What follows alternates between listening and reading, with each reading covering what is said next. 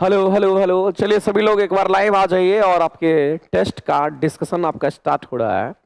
आप सभी लोग जुड़ जाइए और हम लोग शुरुआत करेंगे। आज के क्वेश्चंस को देखेंगे। जो भी क्वेश्चंस हमारा होगा उसको हम लोग यहाँ पर देखेंगे। सीबीटी 1 के जो भी क्वेश्चंस हैं, और ये आपका full length test Monday to Friday आपका चलता है। 3 दिन एएलपी टेस्ट और 2 दिन आपका टेक्नीशियन का होता है। तो हम लोग शुरुआत करते हैं आज के टेस्ट का डिस्कशन। साइंस के जो क्वेश्चंस हैं, इसमें सबसे पहला क्वेश्चन आपका दे रखा है, और ये क्वेश्चन हमको लगता है कि बहुत बार एग्जाम में पूछा गया है। क्वेश्चन है कि धातु का वह गुण आप बता दीजिए, धातु का वह गुण आप बता दीजिए जिसके द्वारा उन्हें पीट करके पतला सीट हम बना देते हैं। यानी हथौड़ा से पीटते जाओगे पीटते जाओगे पीटते जाओगे, वो टूटेगा नहीं, लेकिन एक पतला सीट बन जाता है। वह किस गुण के कारण होता है? तो इसको हम लोग अधातु वर्धनीयता का गुण कहते हैं। मेरे भाई, सबसे अधिक अधातु वर्धनीयता का जो गुण होता है वो किस में होता है? क्या हुआ? नहीं हुआ? सबसे अधिक अधातु वर्धनीयता का जो गुण होता है, आपको ध्यान रखना है कि सबसे अधिक अधातु वर्धनीयता का जो गुण होता है ये किस में होता है? तो सबसे अधिक अधातु वर्धनीयता का जो गुण होता है वो आपको ध्यान रखना है मेरे भाई। ये कई बार एग्जाम में आया है। वो हमारा सोना की हम बात करते हैं। हम लोग जो सोना चांदी पहनते हैं उस सोना की हम बात करते हैं। सबसे अधिक मेलेबल होता है, ये क्वेश्चन आपके एग्जाम में आता है। और आप ध्यान रखना मेरे भाई, मेलेबिलिटी गुण के कारण ही ऐसा हो पाता है। और किसी धातु में मेलेबिलिटी का अगर गुण होता है तो आपको ध्यान रखना है कि मेलेबिलिटी गुण के कारण, मेलेबिलिटी गुण के कारण ही क्या होता है? तो हम यहां कह सकते हैं हथौड़ा से पीट करके। किसके कारण? क्योंकि यहां पर हम हथौड़ा से पीट पीट कर, हथौड़ा से पीट पीट कर, आपको ध्यान रखना, हथौड़ा से पीट पीट कर क्या करते हैं? पतला सीट हम बना देते हैं। तो यहां पर हथौड़ा से पीट पीट कर पतली सीट का जो निर्माण करते हैं, पतली सीट का जो निर्माण किया जाता है वो हमारा क्या कहेंगे? यहां पर मेरे भाई मेलेबिलिटी गुण के कारण होता है। तो ये हमारा इस क्वेश्चन के आंसर्स होंगे। ऑप्शन नंबर आपका डी करेक्ट हो जाएगा। ध्यान रखना, इसमें से खास करके सोना के बारे में मेरे भाई ये क्वेश्चंस पूछता है, और सोना को हम लोग जो दिखाते हैं वो सिंबल हमारा एयू का होता है। इस बात को आप ध्यान रखेंगे। आगे बढ़ते हैं और अगला क्वेश्चन हम लोग देखते हैं। अगला क्वेश्चन हमारा क्या कहता है? अगला कहता है कि वह साइट जहां, मेरे भाई, वह साइट बता दीजिए जहां अंतःस्रावी ग्रंथि, जहां अंतःस्रावी ग्रंथि, मेरे भाई, अंतःस्रावी ग्रंथि हार्मोन का सिक्रेशन करती है। हम लोग जब यहां पर ग्रंथि की बात करते हैं, जब हम लोग यहां पर ग्लैंड्स की बात करते हैं, तो आपको एक बात ध्यान रखना है, जो ग्रंथि हमारा होता है वो 2 तरह का ग्रंथि होता है। एक को हम लोग यहां पर क्या कहेंगे? तो एक को हम लोग यहां पर अंतःस्रावी ग्रंथि के नाम से हम लोग जानते हैं, और दूसरी जो ग्रंथि होती है उसको हम लोग क्या बोलते हैं? तो आपको ध्यान रखना मेरे भाई, इसको हम लोग यहां पर बाह्यस्रावी ग्रंथि कहते हैं। तो एक हमारा अंतःस्रावी ग्रंथि और दूसरा हमारा बाह्यस्रावी ग्रंथि होता है। एक को हम लोग यहां पर कहते हैं इंडोक्राइन ग्लैंड, और एक को बोलते हैं एक्सोक्राइन ग्लैंड के नाम से जानते हैं। लेकिन आपको ध्यान रखना है कि जो अंतःस्रावी ग्रंथि होती है ये हार्मोन का सिक्रेशन करती है। ये किसका करेगी? तो ये हार्मोन का सिक्रेशन करती है। ये बात आपको ध्यान रखना है। और अगर हम यहां पर बाह्यस्रावी ग्रंथि, जिसको एक्सोक्राइन ग्लैंड कहते हैं, ये मेरे भाई एंजाइम का सिक्रेशन करती है। ये किसका सिक्रेशन करती है? तो ये एंजाइम का सिक्रेशन करती है। ये बात आपको ध्यान रखना है। तो यहां पर वही कह रहा है कि अंतःस्रावी ग्रंथि तो हार्मोन का सिक्रेशन करेगी, लेकिन कहता है कि वह साइट बता दीजिए जहां अंतःस्रावी ग्रंथि किसी अंग विशेष तक पहुंचाने के लिए, किसी अंग विशेष तक पहुंचाने के लिए रक्त प्रवाह में हार्मोन स्रावित करती है। तो मेरे भाई, उसको हम लोग किस साइट के नाम से जानते हैं? तो उसको हम लोग टारगेट साइट कहते हैं। टारगेट साइट कहने का मतलब हमारा एक टारगेट है कि हमको एएलपी निकालना है। तो मेरे भाई, इतना जो कुछ भी हम मेहनत करते हैं एएलपी एग्जाम तक पहुंचने का, वो हमारा एक टारगेट है। वैसे ही ब्लड के साथ हमारा क्या होता है? हार्मोन स्रावित होता है जहां तक पहुंचना चाहिए, इसीलिए उसको हम लोग टारगेट साइट के नाम से जानते हैं। और ऐसा इसमें कुछ नहीं है, बस इतना ही आपको जान लेना, इसको टारगेट साइट कहते हैं, क्योंकि हार्मोन को जहां जाना चाहिए वहां पहुंचा दिया जाता है, इसलिए इसको हम लोग टारगेट साइट के नाम से जानते हैं। ये बात आपको ध्यान रखना है, लेकिन ये काफी इंपॉर्टेंट है, इसको आप जरूर ध्यान रखिएगा। मेरे भाई, मैं आपसे जानना चाहता हूं कि कौन सी ऐसी ग्रंथि है, आपको बताना है कि कौन सी ग्रंथि ऐसी होती है कौन सी ग्रंथि ऐसी है जो एंडोक्राइन के साथ साथ एक्सोक्राइन भी है, जो अंत और हमारा क्या है, तो कहेंगे जो अंतःस्रावी के साथ साथ हमारा बाह्यस्रावी है। अंतःस्रावी और बाह्यस्रावी ग्रंथि दोनों होता है। जो अंतःस्रावी के साथ साथ हमारा बाह्यस्रावी ग्रंथि भी माना जाता है, इसकी हम बात कर रहे हैं। तो जो अंतःस्रावी ग्रंथि के साथ साथ हमारा बाह्यस्रावी ग्रंथि होता है, ये आपको बताना है। तो मेरे भाई ऐसी ग्रंथि कौन सी है जो हमारा इंडोक्राइन के साथ साथ हमारा यहां पर एक्सोक्राइन भी होगा। इसी को हम यहां पर अग्न्याशय के नाम से हम लोग जानते हैं। और अग्न्याशय कहने का मतलब हमारा पैंक्रियाज की हम बात करेंगे। और याद रखना मेरे भाई, इसीलिए इस पैंक्रियाज को क्या कह दिया गया है, तो इसको यहां पर मिश्रित ग्रंथि कहते हैं, क्योंकि हार्मोन और एंजाइम दोनों का सिक्रेशन करता है। ध्यान रखेंगे मेरे भाई, क्वेश्चन आपका ये भी पूछता है। आगे बढ़ते हैं, अगला क्वेश्चन हम लोग देखते हैं। कहता है कि रिक्त स्थान में आपको भरना है। तो रिक्त स्थान कहां पे है, उसमें भरना है। कहता है कि वे पौधे आप बता दीजिए जिनमें, मेरे भाई कहता है कि वे पौधे जिनमें पौधे के विभिन्न भाग उपस्थित नहीं होते हैं। यानी मेरे भाई ऐसा बात आपको बताना है, प्लांट के बारे में बताना है कि उसमें से कुछ ऐसे भाग हैं, विभिन्न भाग की बात करते जो उपस्थित नहीं होते हैं। मैं आपको बता देना चाहता हूं मेरे भाई, जब हम पौधे की बात करते हैं, प्लांट किंगडम की हम बात करते हैं, तो कुछ ऐसे पौधे होते हैं जो बिना फूल वाला हमारा होता है। याद रखना मेरे भाई, कुछ ऐसे पौधे होते हैं जो बिना फूल वाला होता है। ये हमारा कैसा होगा, कहेंगे यहां पर हम बिना फूल वाला पौधा की हम बात करेंगे। अगर कोई पौधा बिना फूल वाला होता है तो इसको हम लोग यहां पर क्रिप्टोगेमी के नाम से जानते हैं। ये हमारा क्रिप्टोगेमी कहलाता है। दूसरी बात ध्यान रखना है कि अगर बिना फूल वाला पौधा को अगर देखिएगा तो इसी में आपको क्या नजर आता है, कहेंगे इसी में हमारा थैलोफाइटा आता है। इसी में क्या आएगा, तो कहेंगे इसी में हमारा ब्रायोफाइटा नजर आता है। और इसी में हमारा क्या होगा, तो कहेंगे यहां पर टेरिडोफाइटा की हम बात करते हैं, तो इसी में हमारा टेरिडोफाइटा नजर आता है। इस बात को ध्यान रखेंगे।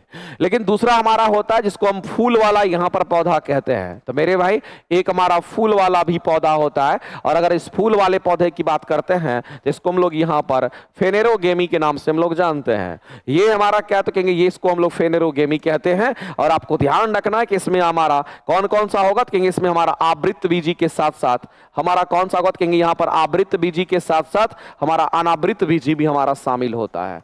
तो आवृत बीजी और अनावृत बीजी भी हमारा शामिल होगा।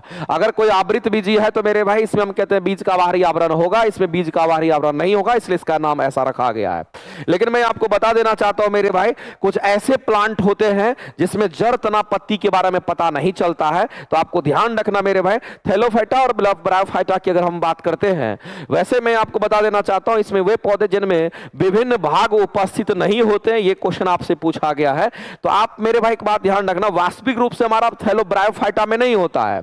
लेकिन अगर थैलोफाइटा की अगर हम बात करते हैं, इसमें वास्तविक रूप से मेरे भाई इसमें हम कहते हैं यहां पर वास्तविक रूप से ना हमारा जड़ होता है ना तना डेवलप होता है। तो हम लोग इसके साथ जाएंगे, थैलोफाइटा को हम लोग इंडिकेट करेंगे।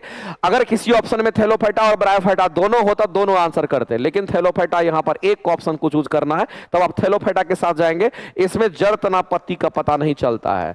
जड़ हो गया, तना हो गया, और पत्ती की बात करते हैं, पत्ती का यहां पर पता नहीं चलता। इस बात को आप ध्यान रखेंगे, इसका पता यहां पर नहीं चलता, यह बात आपको ध्यान रखना है। जड़ तना पत्ती का पता नहीं चलता किसमें, तो थैलोफाइटा में। इससे अगर ब्रायोफाइटा में भी नहीं पता चलता है, लेकिन आपको ध्यान रखना है किसी एक को चूज करना, तब थैलोफाइटा को पहले चूज करिएगा। अगर ऑप्शन में ये नहीं होता तब हम लोग इसके साथ जाते। टेरिडोफाइटा ऐसा है मेरे भाई किसमें जड़ तना पत्ती का विकास हो जाता है, और आवृत बीजी अनावृत बीजी में तो होता ही है। इस बात को आप ध्यान रखेंगे। तो यहां पर फेनेरोगेमी तो नहीं होगा, फेनेरोगेमी हमारा फूल वाला पौधा होता है, इसमें जड़ तना पत्ती होगा। लेकिन इसी की बात कर रहे थे, इन तीनों में से कौन सा होना, तो कहेंगे थैलोफाइटा को टिक आउट करेंगे। इसी थैलोफाइटा के अंदर हमारा सवाल वगैरह आता है, इस बात को आप ध्यान रखिएगा। आगे चलते हैं, अगला क्वेश्चन हम लोग देखते हैं। अगला क्वेश्चन मेरे भाई ये ऐसा क्वेश्चन है कि एग्जाम में डायरेक्ट आपके एग्जाम में आने की संभावना 100% है। ऐसे क्वेश्चन एकदम आते ही आते हैं। लेकिन मैं आपको बता देना चाहता हूं कि यहां पर जो क्वेश्चन आपको दे रखा है, इस क्वेश्चन को सॉल्व करने के लिए एक ही कंसेप्ट, एक ही काम हमारा होता है। करना क्या होगा आपको, तो आपको ध्यान रखना है कि जब किसी वस्तु पर बल लगा करके उसकी गति को बदल दिया जाता है, उसकी गति में परिवर्तन कर दिया जाता है, तब अगर आपसे कार्य पूछता है तो एक ही फॉर्मूला हमारा काम करता है, work done equal to change in kinetic energy. याद रखना मेरे भाई, work done equal to change in kinetic energy, यानी कहने का मतलब है कि काइनेटिक एनर्जी में परिवर्तन का ये फॉर्मूला आपका काम करेगा।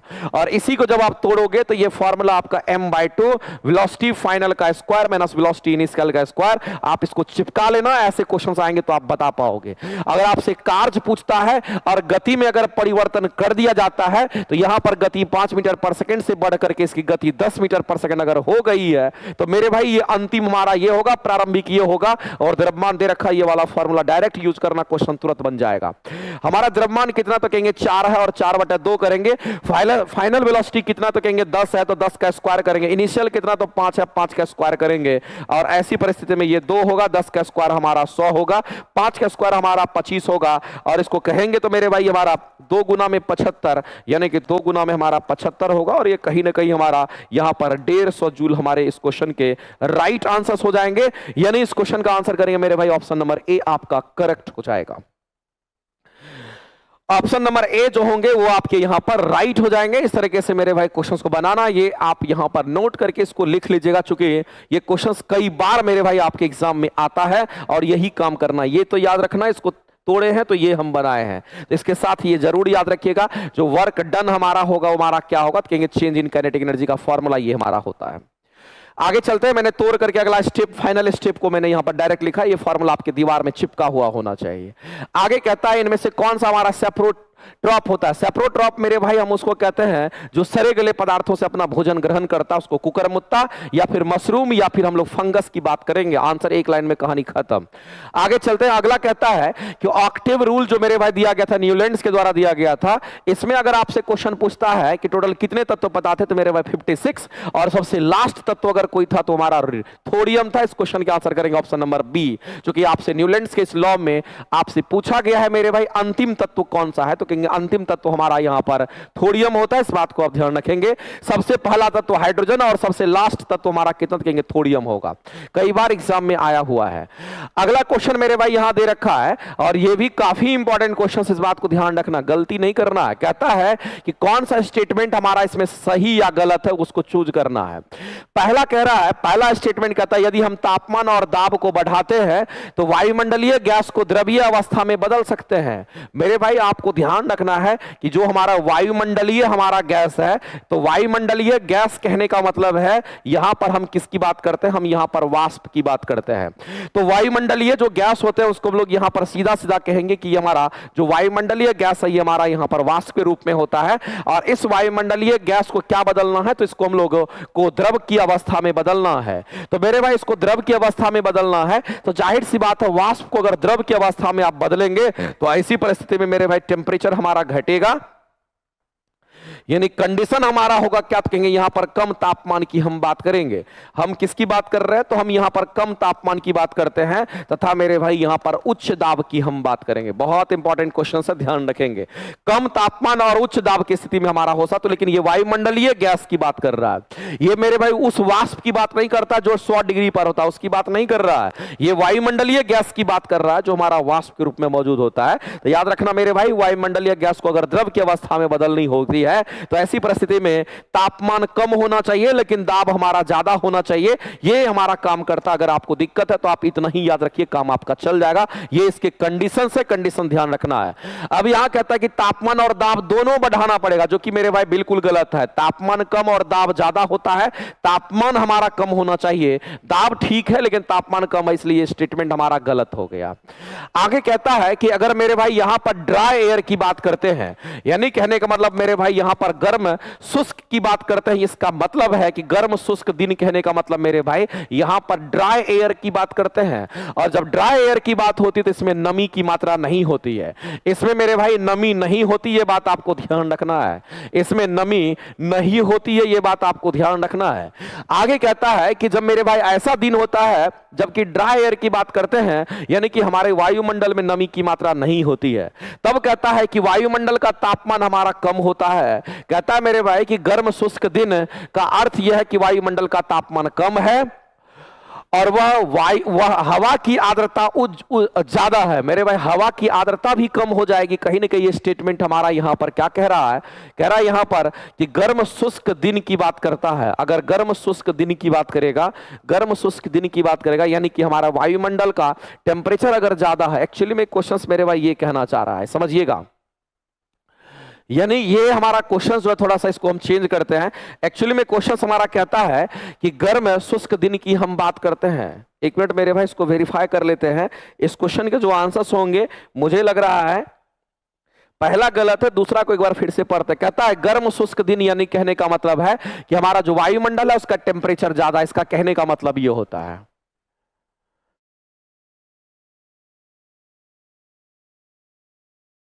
तो गर्म शुष्क दिन का अर्थ हमारा क्या कह रहा है, वायुमंडल का तापमान यहां पर कम की बात कर रहा है और कहता है कि हवा का आर्द्रता ज्यादा है, तो इन दोनों कारकों से वाष्पीकरण की दर में वृद्धि होती है। मेरे भाई एक बात आप ध्यान रखेंगे, अगर हवा में आर्द्रता अगर ज्यादा होता है तो वाष्पीकरण की दर कम होती है। यहां पर कहता है कि वाष्पीकरण की दर में वृद्धि होती है, तो ये स्टेटमेंट हमारा क्या होगा, कहीं यहां पर गलत होगा। लेकिन यहां पर एक चीज मुझे लग रहा है मेरे भाई इस क्वेश्चन को, कि हवा की आर्द्रता अगर ज्यादा होगी, अगर आर्द्रता ज्यादा होता है तो ऐसी परिस्थिति में वाष्पीकरण की दर में कमी आती है। तो ये स्टेटमेंट हमारा यहां पर रॉन्ग है।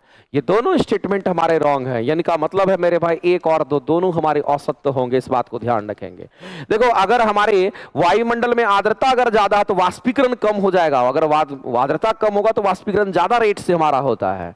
तो आपको ध्यान रखना यहां पर वाष्पीकरण की दर की बात कर रहा है, वाष्पीकरण नहीं, वाष्पीकरण की दर की बात कर रहा है। आर्द्रता ज्यादा तो वाष्पीकरण हमारा स्लो होगा, यहां पर वृद्धि कह रहा है जिसकी वजह से ये गलत हो गया। आर्द्रता अगर ज्यादा होगा तो वाष्पीकरण की दर हमारा कम होगी, जो कि हमारा स्टेटमेंट गलत है, दोनों स्टेटमेंट गलत हो गया। आगे चलते हैं, अगला क्वेश्चन क्या कहता है कि जब किसी वस्तु को अवतल दर्पण के अनंत पर रखते हैं, मेरे भाई ये रिलेशंस आपको हमेशा के लिए याद रखना है कि अगर ये अवतल दर्पण हमारा होता तो अवतल दर्पण हमारा चम्मच की आकार का यहां पर अवतल दर्पण है, और इसके बीच जो लाइन पास करेगा इसको मुख्य अक्ष कहते हैं, और यहां पर हमारा क्या होता है, यहां पर फोकस पोल होता है और यहां पर सेंटर होगा, सेंटर और पोल के बीच में हमारा मुख्य फोकस होगा। एक बात हमेशा के लिए आप याद रखेंगे मेरे भाई कि अगर हम इसकी बात करते थे यहां अनंत होता है, कंडीशंस क्या है, तो कंडीशन ये है अगर वस्तु को अनंत पर रखेंगे तो प्रतिबिंब हमारा फोकस पर बनता है। दूसरा कंडीशन हमारा क्या, उस बात को भी आप समझिए, अगर वस्तु को आप यहां रखोगे तो प्रतिबिंब पर अनंत, हमारा अनंत पर प्रतिबिंब बनेगा, दोनों रिवर्स होता है। अगर वस्तु को अनंत पर तो प्रतिबिंब हमारा फोकस पर, अगर वस्तु को फोकस पर तो प्रतिबिंब हमारा अनंत पर। यह अवतल दर्पण की कहानी है। तो अवतल दर्पण के अनंत पर अगर वस्तु को रखेंगे, यहां रखेंगे वस्तु को, तो प्रतिबिंब हमारा फोकस पर बनेगा। एक लाइन में मेरे को कहानी सिंपल आंसर करेंगे, ऑप्शन नंबर हमारा ए कहीं ना कहीं करेक्ट हो जाएगा। और अगर अनंत पर वस्तु होता है तो छोटा प्रतिबिंब का निर्माण होता है और बिंदु के समान हमारा फोकस पर बनेगा, इस बात को ध्यान रखेंगे। अगला कहता है रॉकेट लॉन्चिंग जो होता है मेरे भाई, ये हमारा रॉकेट लॉन्चिंग एक्शन रिएक्शन का कंसेप्ट पर आधारित होता है। ये हमारा न्यूटन गति के तृतीय नियम पर आधारित होता है, इस बात को आप ध्यान रखेंगे। तो रॉकेट लॉन्चिंग जो हमारा होता है ये एक्शन रिएक्शन पर आधारित होता है, और यहां पर मेरे भाई संवेग संरक्षण हमारा काम करता है, आप ध्यान रखेंगे। एक तो ये भी आंसर है, दूसरा मेरे भाई इसमें हमारा क्या होता है, संवेग संरक्षण पर ये हमारा आधारित होता है। कौन सा संवेग, तो आपको ध्यान रखना यहां पर ये रेखीय संवेग संरक्षण की हम बात करते हैं, रेखीय संवेग संरक्षण पर आधारित हमारा होता है, इस बात को भी आप ध्यान रखेंगे। तो ये रेखीय संवेग संरक्षण पर भी आधारित होता है, ये लाइन भी आपको ध्यान रखना है, बाद बाकी सिंपल है। ठीक है, आगे बढ़ते हैं। अगला कहता है मेरे भाई, ये क्वेश्चन तो आपके लिए बहुत ही आसान है। कहता है 11 केजी की एक वस्तु है, उसको भूमि से 8 मीटर की ऊंचाई पर है। मेरे भाई अगर कोई वस्तु ऊंचाई पर होता है उसमें कितना स्थितिज ऊर्जा होगा, तो आप सभी लोग जानते हैं कि स्थिति में परिवर्तन के कारण जो हमारा स्थितिज ऊर्जा डेवलप करता है, जिसको हम पोटेंशियल एनर्जी के नाम से हम लोग जानते हैं, डायरेक्ट फॉर्मूला mgh लगाइए, आंसर आएगा। द्रव्यमान कितना दे रखा है मेरे भाई, तो मास हमारा 11 केजी है। जी का मान क्वेश्चन में अगर 9.8 बोला है तो ले लीजिए, हाइट अगर 8 मिनट कह रहा है तो मेरे भाई 8 मीटर ले लेंगे। और इसको जब सॉल्व करिएगा तो ये सॉल्व करने के बाद इसके मान कितने आएंगे, मैं डायरेक्ट मेरे भाई मैं बता देना चाहता हूं, इस क्वेश्चन का आंसर 862.4 जूल आपका राइट आंसर होगा। यानी इस क्वेश्चन के अगर आंसर करेंगे तो ऑप्शन नंबर आपका बी करेक्ट हो जाएगा। तो ये तो बहुत ही सिंपल था। हाइट के कारण, ऊंचाई के कारण जो ऊर्जा उसमें मेरे भाई जमा होता है उसको हम लोग कौन सा ऊर्जा कहते हैं, तो उसको हम लोग स्थितिज ऊर्जा कहते हैं, और यही आंसर हो जाएंगे। अगला कहता है मेरे भाई शुक्रवाहिका की बात करते हैं। आपको ध्यान रखना है कि मेरे भाई ये हमारा टेस्टिस होता है, और इस टेस्टिस में अगर बात करते तो ये दोनों हमारा टेस्टिस होता है, और दोनों के आकार मेरे भाई डिफरेंट होते हैं। और इस टेस्टिस से ये जो हमारा वेन्स जुड़ा हुआ रहता है, तो यहां से स्पर्म बाहर निकलता है, और जिसके रास्ते से निकलता है उसको हम लोग शुक्रवाहिका वाहिका कहते हैं। तो ये यहां पर इसको क्या कहेंगे, तो इसको हम लोग शुक्र वाहिका के नाम से हम लोग जानते हैं। ये यहां पर क्या तो कहेंगे, इसको हम लोग शुक्र वाहिका कहते हैं, इस बात को ध्यान रखेंगे। और इसी को इंग्लिश में हम लोग वेस डिफरेंस के नाम से हम लोग जानते हैं। शुक्र वाहिका को हम लोग क्या कहते हैं मेरे भाई, तो इसी को हम लोग यहां पर वेस डिफरेंस के नाम से हम लोग जानते हैं। ये हमारा वेस डिफरेंस कहलाता है। और वेस डिफरेंस हमारा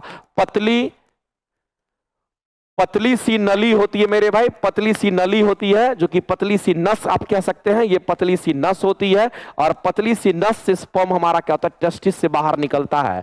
ये पतली सी नस होती है, शुक्रवाहिका के थ्रू हमारा बाहर निकलता है। और यहां पर हमारा प्रोस्टेट ग्लैंड होता है। इसको हम लोग क्या बोलते हैं मेरे भाई, तो यहां पर हमारा प्रोस्टेट ग्लैंड होता है। इसको हम लोग क्या बोलते हैं, तो यहां पर प्रोस्टेट ग्लैंड की हम बात करते हैं। यहां पर प्रोस्टेट ग्लैंड होता है। अब ये प्रोस्टेट ग्लैंड हमारा क्या करता है, तो इसी प्रोस्टेट ग्लैंड पर हम कहते हैं मेरे भाई, यहां पर हमारा किडनी है। इस किडनी से क्या होता है, तो हमारा यूरिन का फिल्ट्रेशन होता है। और यूरिन हमारा यहां छन करके आता है यूरेटर के रास्ते से। ये किसके रास्ते से मेरे भाई, तो यूरेटर नहीं हम यहां पर कहेंगे, ये यूरेटर के रास्ते से हमारा ये छन करके आता है। अब ये किडनी से ये यूरेटर के रास्ते से ये छन करके आएगा और फिर जाकर के दोनों यहां पर इसी ग्रंथि की पास, प्रोस्टेट ग्लैंड के पास एक निर्माण करता, एक रास्ता बनता है। और इसी रास्ता को हम लोग कहते हैं यूरिथ्रिया। इसी को हम लोग क्या कहेंगे, तो यूरिथ्रिया कहते हैं। और इसी को हिंदी में अगर बोल दिया जाए, इसी को मूत्र मार्ग के नाम से हम लोग जानते हैं। ये बात आपको ध्यान रखना है। तो मेरे भाई यहां पर आपको ध्यान रखना है, कहता है कि शुक्रवाहिका की बात कर रहे हैं और कहता है कि सामान्य मार्ग निर्माण के लिए, सामान्य मार्ग निर्माण कहने मतलब इस मार्ग के निर्माण के लिए, मूत्र मार्ग यानी कि निर्माण के लिए मूत्राशय से होकर के किडनी से मेरे भाई क्या होगा, तो यूरेटर, यूरेटर से हमारा यहां पर क्या होगा, क्योंकि यहां पर किडनी के बाद हमारा यूरेटर, यूरेटर के बाद हमारा यहां पर मूत्राशय होता है। इसको मूत्राशय, इसको यूरेटर कहते हैं। ये हमारा मूत्राशय में मूत्र जमा होता है और इसी मूत्राशय से मूत्र बाहर निकलता है और प्रोस्टेट ग्लैंड पर करके हमारा कहते हैं कि हमारा यहां से स्पर्म और यूरिन दोनों एक ही रास्ता से निकलता है, जिसको हम लोग यूरिथ्रिया कहते हैं। तो मेरे भाई सामान्य मार्ग के निर्माण के लिए मूत्राशय से होकर के आने वाली नलिका के साथ वो जुड़ जाती है शुक्रवाहिका, और हमारा मूत्राशय से आने वाली नलिका के साथ ये जुड़ जाती है यहीं पर। और उसके बाद मेरे भाई जो रास्ता बनाती है उसको हम लोग मूत्र मार्ग कहते हैं, जिसको हम लोग यूरिथ्रिया के नाम से हम लोग जानते हैं। और इस क्वेश्चन के आंसर करेंगे ऑप्शन नंबर हमारा डी कहीं न कहीं करेक्ट हो जाएगा। और ये वो रास्ता है जिस रास्ते से मेरे भाई हम सीधा कहते हैं कि यहां से स्पर्म और साथ ही साथ यूरिन का भी फ्लो होता है बाहर। और यही हमारा यूरिथ्रिया का पैसेज पेनिस के अंदर हमारा मौजूद होता है। आगे चलते हैं, अगला क्वेश्चन हम लोग देखते हैं। और यूरेटर को हम लोग क्या कहते हैं, मूत्रवाहिनी को हम लोग यूरेटर कहते हैं, जो किडनी और मूत्राशय के बीच वाला पाइप को हम लोग बोलते हैं। आगे चलते हैं मेरे भाई, अगला कहता है कि निम्नलिखित में से किसके मध्य जड़त्व का मान अधिक होता है। तो आप सीधा समझिए कि जड़त्व की अगर बात करते हैं तो यह समानुपाती हमारा द्रव्यमान का होता है, सोचना कुछ नहीं है। जिसका द्रव्यमान ज्यादा होगा उसका जड़त्व ज्यादा होगा। तो 10 रुपए का सिक्का, 5 रुपए का सिक्का, रेलगाड़ी और हवाई जहाज, स्कूटर, बस, एक ही आकार के रबर बॉल। और मेरे भाई सबसे अधिक द्रव्यमान किसका होगा, कहेंगे रेलगाड़ी और जहाज का होगा, इसलिए इसका जड़त्व भी हमारा ज्यादा होगा, दोनों में झटका ज्यादा फील होगा। आंसर आगे चलते हैं, अगला कहता है, ये तो क्वेश्चन आप लोग कर लिए होंगे कि मेरे भाई द्रव्यमान परसेंटेज निकालना है। तो परसेंटेज अगर आपको द्रव्यमान प्रतिशत अगर कैलकुलेट करना है, हम यहां पर द्रव्यमान परसेंटेज की बात करते हैं, तो ऊपर में आपको रखना है विलय को और नीचे में आपको डिवाइड करना किससे, तो विलियन से डिवाइड करना है और गुना करना है आपको परसेंटेज से, 100 से। तो मेरे भाई विलय जो कम मात्रा में होता है उसको हम लोग विलय कहते हैं, हमारा 41 हो गया। और विलियन हम इसको कहते हैं, ये हमारा विलायक होता है, ये हमारा विलय होता है, दोनों को मिला दीजिएगा तो विलियन बन जाएगा। तो 40 20 60 यानी 361 हमारा होगा। परसेंटेज में निकालना तो 10 से 100 से मल्टीप्लाई कर दीजिए। इसको जब आप सॉल्व करोगे तो ये सॉल्व करने के बाद इसके मान कितने आ जाएंगे मैं आपको बता देना चाहता हूं मेरे भाई। इसकी जो वैल्यू होगी आप कैलकुलेट कर लेना, इसके मान 11.36 आ जाएगा। यानी कहने का मतलब है 11.36% आपका आ जाएगा द्रव्यमान परसेंटेज। और कहेंगे ये प्रतिशत में निकलेगा, आंसर ग्राम में नहीं होगा, आंसर करेंगे डी करेक्ट हो जाएगा।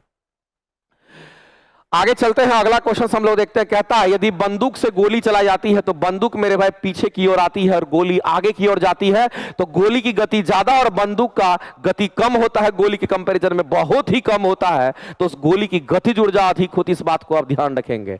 तो कहता है मेरे भाई एक बंदूक से गोली चलाई जाती है, ठीक है, कहता है कि बंदूक पीछे की ओर आती है तो बंदूक की गतिज ऊर्जा जो होगी वो क्या होगी, तो गोली से कम होगी, जो कि मेरे भाई गोली के बराबर नहीं होगा, गोली से अधिक नहीं नहीं होगा, शून्य नहीं होगा। गोली से हमारा कम गतिज ऊर्जा होगा। जब हम बंदूक से गोली को फायर करते हैं तो गोली बहुत स्पीड से निकलती है, इसलिए उसकी गतिज ऊर्जा बहुत अधिक होती है। किसके कंपैरिजन में? तो बंदूक के कंपैरिजन में। तो बंदूक में झटका पीछे लगता है, उसकी गति कम होती है। तो हम कहते हैं कि गतिज ऊर्जा जो होगा बंदूक से कहीं ना कहीं गोली का ज्यादा होगा। ये हमारा, अगर ऑप्शंस एलिमिनेशन पर भी अगर जाएंगे तो ये दोनों बराबर नहीं हो सकता है। अगर बराबर होता तो जितनी स्पीड से गोली निकला उतनी स्पीड से बंदूक भी पीछे आता, आपके हाथ को मेरे भाई तोड़ते फाड़ते हुए पीछे भी हिट करता, आगे भी हिट करता। यानी ये तो हो नहीं सकता है। गोली से अधिक तो होवे नहीं करेगा, शून्य तो होना ही नहीं। तो आंसर करेंगे डी, करेक्ट हो जाएगा। अगला कहता है कि इस प्रश्न में कथन के बारे में बताना है और आपको दे रखे हैं तर्क, उसमें बताना है कि कौन सा स्टेटमेंट हमारा सही है, कौन सा गलत है। मेरे भाई हम लोग जो कुछ भी फास्ट फूड खाते हैं वो सभी के सभी जंक फूड हैं, आप सभी को पता होगा। और जंक फूड के बारे में आपको पता है स्टेटमेंट पढ़ता है, कहता है कि जंक फूड अगर हम लोग खाते हैं, इस जंक फूड में वसा होता है और ये रासायनिक योजक और सोडियम प्रचुर मात्रा में होते जो मोटापे का कारण बनता है। आप देखिएगा अगर आप बर्गर, पिज्जा या फिर अगर आप यहां पर देखिएगा चाउमीन वगैरह ज्यादा लगातार अगर खाइएगा तो आपका बॉडी फैट बढ़ जाएगा, क्योंकि इसमें फैट, मैदा वगैरह रहता है, जो कि मेरे भाई जंक फूड में फैट होता है, ज्यादा होता है। ये कहीं ना कहीं मोटापे का कारण होगा। स्टेटमेंट हमारा ये सही है। अगला कहता है कि शर्करा की बात करते हैं और वसा, शर्करा और वसा का अधिक सेवन अगर आप करते हैं, शर्करा और अधिक वसा का अगर अधिक सेवन करते हैं तो ऐसी परिस्थिति में आपका जो मस्तिष्क का जो कार्य प्रणाली होता है मेरे भाई वो स्लो हो जाता है, मंद कर देता है। इसीलिए ज्यादा मीठा नहीं खाना चाहिए, ज्यादा आपको शर्करा का यूज नहीं करना चाहिए और ज्यादा आपको फैट वाला चीज नहीं खाना चाहिए। ऐसी परिस्थिति में आपका जो दिमाग है वो स्लो काम करेगा, यानी वो मंद कर देता है और ये अधिगम और स्मृति जैसी प्रवृत्ति का निर्माण कर देता है। स्टेटमेंट मेरे भाई सही है। दोनों स्टेटमेंट सही है तो हम कहेंगे एक और दोनों तर्क हमारे सही हैं और इस तरीके से हम कहेंगे इन दोनों में कोई रिलेशन नहीं है लेकिन दोनों स्टेटमेंट हमारे सही हैं। तो एक दो तर्क हमारा दोनों सही है। हम कहेंगे यहां पर कौन सा होगा? तो मेरे भाई सीधा सीधा हम कह सकते हैं कि दोनों स्टेटमेंट हमारे सही है, लेकिन यहां पर तर्क हमारा कुछ दे नहीं रहा है। तो हम लोग यहां पर ऑप्शन नंबर किसके साथ जाएंगे? यहां पर इस क्वेश्चन के वजह से आंसर मेरे भाई यहां दोनों दे रखा है, यानी कि ए पहला और दूसरा दोनों सही है। और कहता है कि जो तर्क हमारा है, जो तर्क हमारा, अच्छा ये हमारा कथन के लिए अप्रोप्रिएट सही है, यानी कथन का समर्थन करता, बिल्कुल सही बात है। ये दोनों मेरे भाई जो तर्क है ये कथन का स्टेटमेंट, कथन को ये फुलफिल करता है, इसका मतलब ये सही है। ऑप्शन नंबर बी करेंगे आप राइट। ये तर्क दे रखा था, ये आपका कथन था। आगे चलते हैं। हाल ही में आई रिपोर्ट के अनुसार विश्व में नाइट्रस ऑक्साइड्स के उत्सर्जन के मामले में भारत का कौन सा स्थान है? तो मेरे भाई करंट अफेयर्स का क्वेश्चन मेरे में कैसे आ गया? आगे चलते हैं। प्रत्येक न्यूरॉन की बात करते हैं, उसमें एक साइटोसोन सेल बॉडी से निर्मित होता है। तो मेरे भाई हम सभी लोग जानते हैं कि ये हमारा न्यूरॉन का पार्ट्स होता है और न्यूरॉन से ये जो हमारा निकला हुआ रहता है इसको हम लोग क्या कहते हैं? इसको हम लोग डेंड्राइट्स कहते हैं। इसको हम लोग क्या कहेंगे? तो इसको हम लोग यहाँ पर डेंड्राइट्स कहते हैं। इस बात को आप ध्यान रखेंगे। और ये बीच वाला जो हमारा होता है इसको हम लोग यहाँ पर सेल बॉडी कहते हैं। अब इस सेल बॉडी से मेरे भाई इस तरह से हमारा निकला हुआ पार्ट होता है और इसी निकले हुए पार्ट को हम लोग यहां पर एक्सॉन के नाम से हम लोग जानते हैं। ये हमारा एक्सॉन होता है, ध्यान रखेंगे। और इसी में आपको ध्यान रखना है कि इसी में छोटे छोटे इस तरह से बने हुए होते हैं और ऐसे करके मेरे भाई इसी में रेनवियर का नोट्स भी होता है, कई एग्जाम में पूछा गया है। तो आपको ध्यान रखना है कि इसमें आपको बीच बीच में एक नोट्स मिलेगा जो कि गहरा आपको गड्ढा नुमा संरचना में होता है। इसी को हम लोग यहां पर रेनवियर का नोट्स कहते हैं। इसको क्या कहेंगे? तो इसको हम लोग यहां पर रेनवियर का नोट्स कहते हैं। ये बात आपको एकदम ध्यान रखना है। तो मेरे भाई यहां पर सेल बॉडी से जो हमारा अटैचमेंट है वो डेंड्राइट्स का है। सबसे पहले संवेदना इसी में मिलती है और डेंड्राइट्स को दुमिकाएं के नाम से जानते हैं और यही हमारा आंसर होगा, जिससे कई छोटी छोटी शाखाएं निकली रहती है। किससे? तो सेल बॉडी से। इस सेल बॉडी से छोटी छोटी शाखाएं जो निकली रहती है उसको डेंड्राइट्स कहते हैं। सबसे पहले इसी में इंफॉर्मेशन मिलता, फिर हमारा इस तरह से आगे बढ़ता है। आगे बढ़ते हैं और अगला क्वेश्चन हम लोग देखते हैं। कहता है मेरे भाई कितना वोल्ट विभवांतर वाले दो बिंदुओं के बीच कार्य कितना होगा? कुछ नहीं सोचना मेरे भाई, कार्य equal to formula Q into D भी लगा देना जब भी ऐसा क्वेश्चन आएगा। और आपसे यहां पर पूछा कि आवेश कितना होगा, तो Q बराबर W अपन में डी भी रख देना। इस फॉर्मूला से मेरे भाई निकल जाएगा, इसमें कहीं से कोई दिक्कत वाली बात नहीं है। आपको कि सर कार्य कितना हो रहा है? तो 36 जूल का कार्य हो रहा है। कितना वोल्ट? तो 12 वोल्ट। 12 तो यहीं कितना तो कहेंगे 36, यानी मेरे भाई आवेश कैलकुलेट कर रहे थे, इसका यूनिट हमारा कूलम में होगा। आंसर करेंगे ऑप्शन नंबर ए आपके राइट हो जाएंगे। आगे चलते हैं। अगला कहता है कि जब प्रयुक्त बल की दिशा और वस्तु की गतिशील होने की दिशा मेरे भाई लंबवत होती है, प्रयुक्त बल की दिशा यानी कि एक फोर्स हमारा होता है और हमारा क्यू भी साइन थीटा होता है, इस बात को आप ध्यान रखेंगे। ये हमारा मैग्नेटिक फोर्स होता है, ये बात आपको ध्यान रखना पड़ेगा। इस मैग्नेटिक फोर्स की अगर बात करते हैं तो जो मैग्नेट के द्वारा डेवलप किया जाता है मेरे भाई, ये फोर्स हमारा ये होता है। इसमें अगर वेलोसिटी और इस मैग्नेटिक फील्ड की बात करते हैं, दोनों के बीच का जो एंगल होता है वो हमारा थीटा होता है, इस बात को आप ध्यान रखेंगे। कहता है जब बल की दिशा और वस्तु के गतिशील होने की दिशा मेरे भाई तो एक दूसरे के लंबवत होता है, यानी कि बल की दिशा और गतिशील होने की दिशा ये दोनों अगर लंबवत होता है तो क्या होगा, तो अगर थीटा का मान मेरे भाई यहां पर 90 डिग्री रखोगे तो जो फोर्स हमारा कैलकुलेट करके आएगा sin 90 का मान 1 होता है, तो यहां पर फोर्स हमारा मैक्सिमम मिलेगा। कितना मिलेगा, तो क्यू एफ इक्वल टू हम लोग QVV के नाम से हम लोग जानेंगे। तो मेरे भाई यहां पर हम सीधा सीधा कहेंगे ये हमारा हो जाएगा। लेकिन एक चीज आपको ध्यान रखना है कि यहां पर आपसे लंबवत में पूछा गया है बल की दिशा और साथ साथ वस्तु के गतिशील होने की दिशा, तो ये हमारा दूसरा क्वेश्चन मेरे भाई हमारा फोर्स है। गतिशील के दिशा में हमारा क्या होता है, विस्थापन होगा, और बल और विस्थापन के बीच में जो हमारा कार्य होता है हम इसको यहां पर यूज करेंगे एफएस कॉस थीटा पर। ये क्वेश्चन है तो ये बल है और ये विस्थापन है और कॉस 90 डिग्री हो जाएगा, और ऐसे में कार्य का मान हमारा 0 होगा। तो मेरे भाई ये जो क्वेश्चन आपका पूछा गया ये इस पर नहीं पूछा है, ये क्वेश्चन आपका इस पर पूछा है, तो हम कहेंगे यहां पर कोई कार्य हमारा नहीं होगा, यहां पर हम कहेंगे यहां पर कार्य नहीं होगा क्योंकि कार्य का मान 0 हो जाएगा। आगे बढ़ते हैं। इस क्वेश्चन के आंसर हमारे 74 नंबर क्वेश्चन है, इस क्वेश्चन के आंसर हमारे निकल करके आ गए। नेक्स्ट क्वेश्चन के ऊपर हम लोग बढ़ते हैं मेरे भाई, और अगला क्वेश्चन हम लोग देखते हैं क्या कहता है। अगला कहता है कि फास्फोरस जो हमारा होता है उसका एटॉमिसिटी कितना होता है। मैं आपको बता देना चाहता हूं, फास्फोरस को P4 लिखते हैं मेरे भाई, ये कितने एटम से बने हुए हैं, तो इसका एटॉमिसिटी अगर आपसे क्वेश्चन में एग्जाम में पूछता है तो एक लाइन में कहना इसका जो एटॉमिसिटी परमाणुकता होता है ये कितना होगा, तो कहेंगे इसका एटॉमिसिटी 4 हो जाएगा। अगर S8 सल्फर होता है मेरे भाई, इसका एटॉमिसिटी परमाणुकता कितना होगा, तो आप सीधा कहेंगे इसके जो एटॉमिसिटी होती है वो कितनी होगी, तो कहेंगे यहां पर 8 हो जाएगा। तो ऐसे करके मेरे भाई क्वेश्चन सॉल्व करते जितने भी एटम होंगे उसके हिसाब से आंसर करेंगे। तो परमाणुकता फास्फोरस का इसका मतलब मेरे भाई 4 है, तो 4 के लिए हम लोग चतुष्क परमाणु कहेंगे, यानी कि टेट्रा एटॉमिक कहेंगे। टेट्रा का मतलब 4 होता है, इसलिए इस क्वेश्चन का आंसर करेंगे ऑप्शन नंबर हमारा सी कहीं ना कहीं यहां पर करेक्ट हो जाएगा। तो मेरे भाई जितने भी क्वेश्चंस आपके साइंस के थे वो साइंस के सारे क्वेश्चन का डिस्कशन अभी आपको मिल गया। इसके बाद आपका तुरंत जो है मैथ का भी डिस्कशन होगा और उसके बाद आपको रीजनिंग का भी डिस्कशन मिलेगा। आज के लिए बहुत बहुत धन्यवाद, मिलते हैं हम लोग कल अपने टाइम से। बहुत बहुत धन्यवाद। जय हिंद मेरे प्यारे साथियों, क्या हालचाल, ठीक ठाक। चलिए आइए देखेंगे मैथ्स के प्रश्नों को। बच्चे पहला क्वेश्चन आपका एसआई का है। बोला गया साधारण ब्याज की एक निश्चित वार्षिक दर पे एक धनराशि पर प्राप्त मिश्रधन 4 वर्ष बाद कितना हो जाता है, तो 13,200 और 8 वर्षों के बाद 16,400 हो जाता है। उसी धनराशि पर 10% वार्षिक ब्याज की दर से 3.1/5 वर्षों में प्राप्त साधारण ब्याज क्या होगा। मेरे प्यारे दोस्तों, आप समझने का प्रयास करोगे कि 4 वर्ष का अगर समय दोगे तो जो धनराशि है वो कितना हो जाता है, तो 13,200 हो जाता। हो जाना मतलब अमाउंट, इसमें अमाउंट है ये मतलब मूलधन के साथ साथ में 4 साल का ब्याज भी है, 4 साल का एसआई भी है। हो जाना मतलब अमाउंट को रिप्रेजेंट करना। और 8 वर्ष का यदि समय देते हो तो वो धन कितना हो जाएगा, तो 16,400 हो जाएगा। तो एक बात बताओगे कि 4 वर्षों में समय की अंतर आया 4 वर्षों का, तो यहां से यहां 13,200 से कितना हो गया, 16,400। कहने का मतलब है 3200 रुपया का अंतर आया।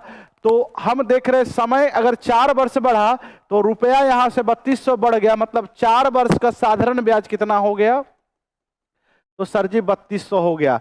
मेरे प्यारे मित्र, आप यहां से मूलधन निकाल सकते हो। इसमें मूलधन के साथ साथ में 4 साल का भी ब्याज है, तो बताओगे 13,200 में 3200 रुपया क्या है, 4 साल का ब्याज है। तो 4 साल का ब्याज घटा देंगे तो ये मूलधन आ जाएगा कितना, तो 10,000 आ जाएगा। कितना आ जाएगा, 10,000। तो 10,000 मूलधन आ गया। और इसी धनराशि पर 10% वार्षिक दर से 3.5/1/5 वर्ष का साधारण ब्याज क्या होगा। तो साधारण ब्याज इसका निकालना, साधारण ब्याज बराबर में होता है मूलधन गुना समय। समय हो गया कितना, तो 5 × 15 और 16/5 गुना दर 10%।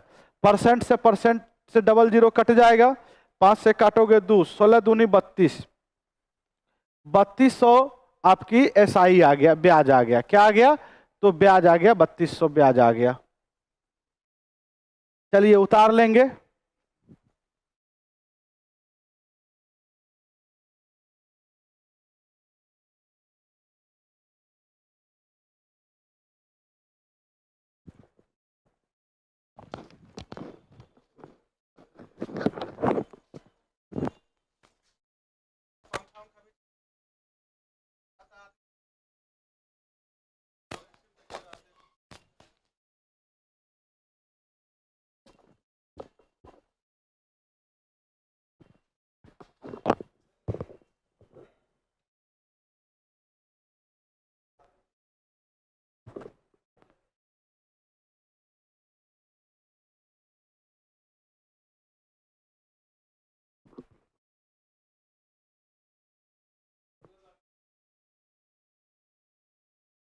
वो कर दीजिए, रजिस्टर भी कर दीजिए।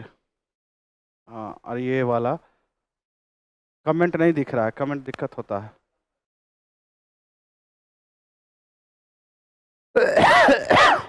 चलिए आइए बच्चे, क्वेश्चन नंबर 14 देखेंगे। क्वेश्चन नंबर 14 बोला गया कि जब विक्रय मूल्य 132 रुपया 60 पैसा की वृद्धि होती है, विक्रय मूल्य में जब तुम इतना रुपया का वृद्धि करोगे तो जो हानि 10.5% हो रही थी, अब वो लाभ में परिवर्तन हो जाएगा, इतना लाभ में परिवर्तन हो जाएगा। तो बोला गया वस्तु का क्रय मूल्य क्या होगा।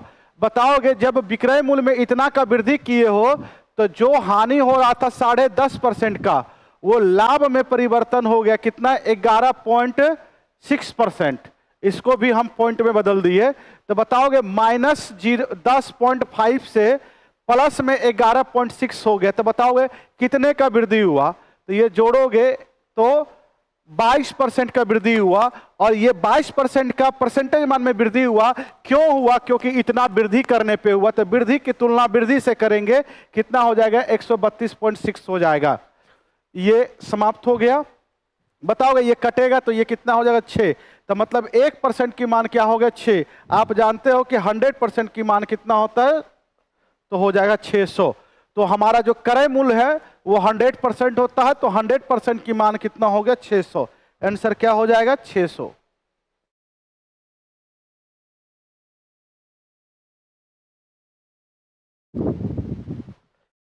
चलिए आगे बढ़ते हैं, आगे की प्रश्नों को देखेंगे। बोला गया 7 अंकों की सबसे बड़ी संख्या कौन सी है जो 10, 15, 20, 24 और 30 से विभाजित करने पे अलग अलग शेषफल बचे। मेरे प्यारे दोस्त, अगर एक शेषफल बचता तो आंसर होता है एलसीएम प्लस में रिमाइंडर, लेकिन अलग अलग शेषफल बचे तो इसकी अंतर लेते हैं, अंतर लेते हैं। तो देखो 10 में से 6 जाएगा, जो रिमाइंडर बचाना है, कितना अंतर आया, 4 का। 15 में से 11 गया, 4 का, सभी 4 का अंतर आया। तो इसका आंसर जो होगा वो एलसीएम माइनस में अंतर, किसका अंतर, तो डिवाइजर्स और रिमाइंडर का अंतर। तो जो भी आएगा एलसीएम माइनस में अंतर लिखोगे। तो सर जी 10, 15, 20, 24 और 30 का एलसीएम हो जाएगा 120। कितना होगा बच्चे, 120 निकाल लोगे। और 7 अंकों की सबसे बड़ी संख्या, तो 7 अंकों की सबसे बड़ी संख्या 7 को 9 होता है, 1, 2, 3, 4, 5, 6। ठीक है, 6। एक बात देखोगे, ये 6 हो गया और एक 7। अब देखोगे इसमें 120 से भाग लगाओ, 120 से भाग लगाओगे, 12 8 96, 96 हो जाएगा। ये बताओगे ये 9 होगा, ये 3 होगा, या फिर से 9 उतरेगा, बड़का 24 बढ़ती है 36, 360। फिर बताओगे 3 और 9, 3 और 9 हमेशा रिमाइंडर बचते जाएगा, क्योंकि सभी जगह एक ही अंक है, तो आगे बढ़ने की कोई जरूरत नहीं है। तो इसको हटा देंगे, हटाना मतलब घटा देना, तो 120 से पूरा पूरा भाग लग जाएगा। तो अगर 7 अंकों की संख्या है, ये वाला बड़ी से बड़ी संख्या, 39 घटा दोगे तो 10, 15, 20, 24 और 30 से, यानी कि 120 से पूरा पूरा भाग लग जाएगा। 9 से 9 घटेगा तो 0 होगा, 9 से 3 घटेगा तो 6 घटेगा, सॉरी 9 से 3 घटेगा 6 होगा, 0 6। और 1 2 3 4 5 गो 9, 1 2 3 4 5, ये आंसर होगा। लेकिन रिमाइंडर भी बचाना है, तो रिमाइंडर भी बचाना, 6 अलग अलग रिमाइंडर बचाना, तो इसके अंतर कितना है, 4। तो यहां से 4 घटा देंगे, तो ये हो जाएगा 6, 5, 9 9 9 3, ये हुआ। आंसर क्या हो जाएगा? ए होगा। आंसर मेरे प्यारे मित्र क्या हो जाएगा? ए होगा। अरे हाँ या ना? आगे बताओगे? इस प्रश्नों को बताएंगे। देखते हैं कौन बच्चे बताते हैं।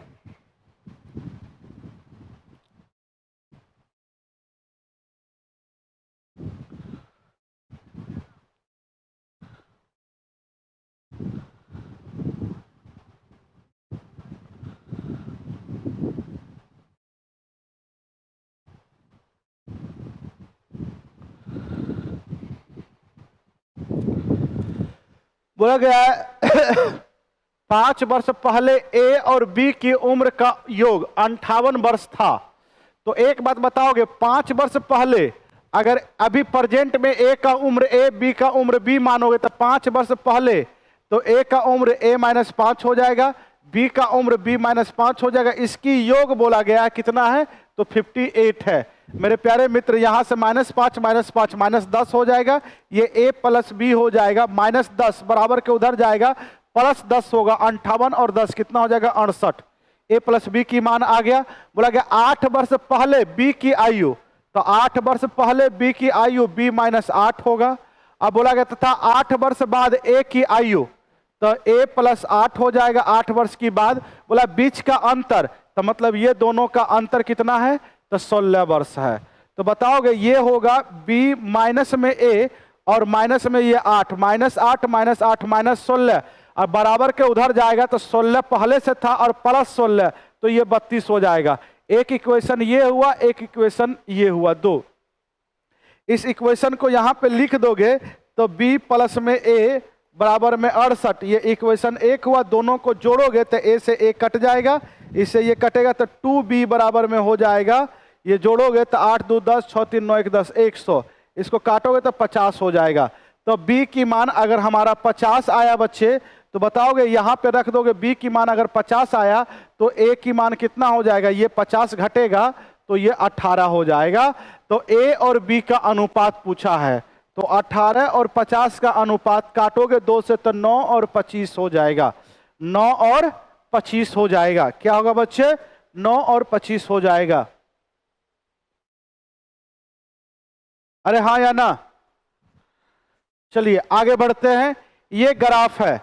बोला गया यदि 2009 में कंपनी का आयात 420 करोड़ था तो निर्यात कितना था? और ये दिया गया है, जो ग्राफ दिया गया है, क्या दिया गया है?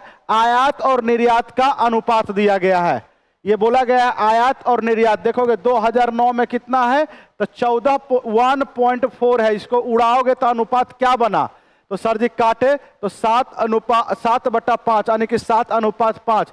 ये आयात हो गया, ये आयात हो गया। 7:5 जो हुआ वो क्या हो गया? आयात। और ये क्या हो गया? निर्यात। निर्यात हो गया। तो आयात यहां से 2009 में 7 है, तो निर्यात कितना है? तो 5 है। तो बच्चे 7 है और यहां से बोला गया 420 है, तो 7 की मान हो जाएगा 420, तो 1 की मान 60, तो 5 की मान कितना होगा? 1 की मान 60, तो 5 60 गुना करेंगे इसमें 5 में, तो 6 5 30, 300 करोड़। आंसर क्या हो जाएगा? ए, 300 करोड़। आंसर क्या हो जाएगा बच्चे?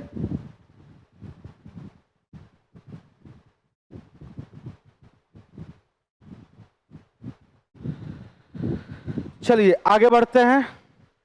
देखोगे द्विघात समीकरण का जनरल फॉर्मेशन, अगर आपका अल्फा और बीटा 2 रूट्स दिया जाए तो द्विघात समीकरण कैसे लिखते हैं? एक एक्स स्क्वायर माइनस में alpha plus beta into x plus में अल्फा इंटू बीटा बराबर में 0, इस तरह से लिखते हैं।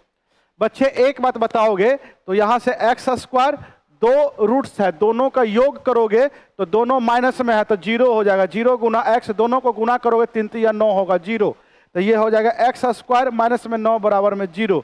तो द्विघात समीकरण क्या बना? एक्स स्क्वायर माइनस 9 बराबर में 0। √6 की मान दिया गया है, तो बताओगे पहले √6 है प्लस में, इसको 24 को लिख सकते हो 4 गुना 6, तो स्क्वायर रूट में है, तो स्क्वायर रूट में है तो 4 गुना 6 लिख सकते हो, तो 4 का वर्गमूल 2 और ये √6 प्लस में इसको लिख सकते हो 9 6 54, तो 9 का वर्गमूल 3 होता है, रूट में 6 रह जाएगा। तो बच्चे इसकी मान दिया गया 2.45 और इसकी मान दुगुना करके लिखोगे। रूट 6 की मान 2.45 है तो दुगुना करो तो 45 दूनी 90 और 2 दूनी 4, ये हो गया। अब यहां से गुना करोगे 3 से, इसमें गुना करो क्योंकि ये 3√6 है और √6 की मान इतना दिया गया है। तो 5 तिया 15, 4 तिया 12 और 1 कितना हो जाएगा 13 और 3 दूनी 6, 1 7। इसको जोड़ेंगे 5 5 10 के 0 हो जाएगा, ठीक है। और ये कितना होगा 10, 4 3 7, 7 और 10 17 का बाकी हाथ में 1, 4 2 6, 6 और 7 13, 13 और 1 14, 14.70। आंसर क्या हो जाएगा बच्चे? ए हो जाएगा। अरे आंसर क्या हो जाएगा? ए हो जाएगा।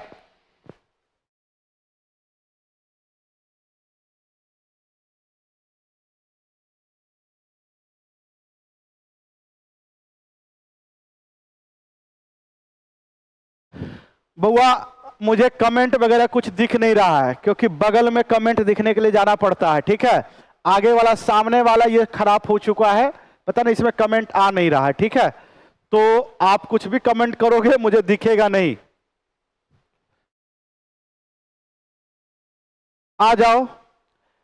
बोला गया है कि एक कोई त्योहार का मौसम है और उस मौसम में दुकानदार कहता है कि हम तुम्हें 20% का छूट देंगे, लेकिन अगर तुम 5,000 से अधिक की अगर सामान लेते हो तो 5% और एक्स्ट्रा अतिरिक्त छूट देंगे। अतिरिक्त छूट देंगे तो एक व्यक्ति बोला है कि 7500 रुपए का सामान लिया है, तो बताओ कितना छूट वो दिया है। तो 7500 रुपए का सामान लोगे तो पहले तो आपको 20% का छूट मिलेगा। तो 20% का अगर छूट मिलता है तो बताओगे 20% का छूट मिला, उसके बाद जो बचेगा ऐसे नहीं निकालना है। तो 20% का छूट मिलेगा तो बताओगे दुकानदार लेगा कितना? तो 80%। 80% का फ्रैक्शन मान 4/5। ये 20% का छोड़ेगा तो दुकानदार लेगा कितना? तो 80%। 80% मतलब 4/5। अब इतना पैसा दुकानदार के पास आया तो बोला देखो तुम 5,000 से अधिक सामान ले रहे हो, क्योंकि 7500 का सामान ले रहे हो तो हम तुम्हें 5% का और छूट देते हैं।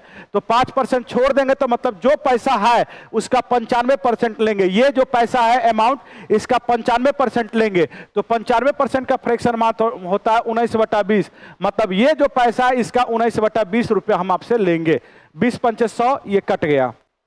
मेरे प्यारे बच्चों 75 चौके 300 होता है और 19 तिया होता है 19 का 38 57। 5700 रुपया वस्तु का विक्रय मूल्य हो गया।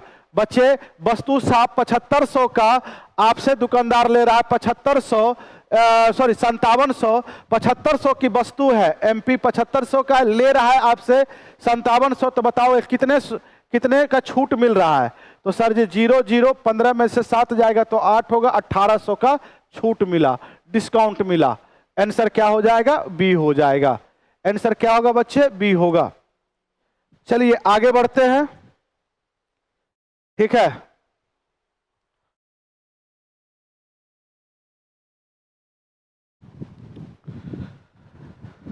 आइए, बोला गया है 5 महिला और 2 पुरुष मिलकर किसी काम को 4 दिनों में करता है। मतलब टोटल काम ये समाप्त कर दिया है।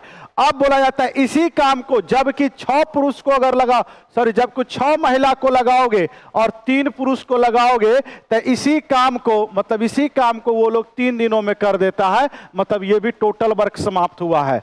बच्चे इसको गुना करोगे तो 4 पंचे 20, ये यहाँ पे उल्टा लिख दिया गया है। 5 महिला है, वुमेन है और 2 मेल है, ठीक है। तो ये हो जाएगा 4 पंचे 20 वुमेन, 4 दूनी 8 मेन, बराबर में 5 6 तिया 18,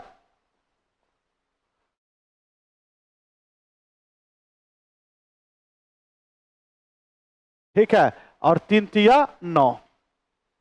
इसमें से 20 में से 18, 20 डब्लू में से 18 डब्लू जाएगा तो 2 डब्लू बचेगा और 9 एम में से 8 एम जाएगा तो 1 एम बचेगा।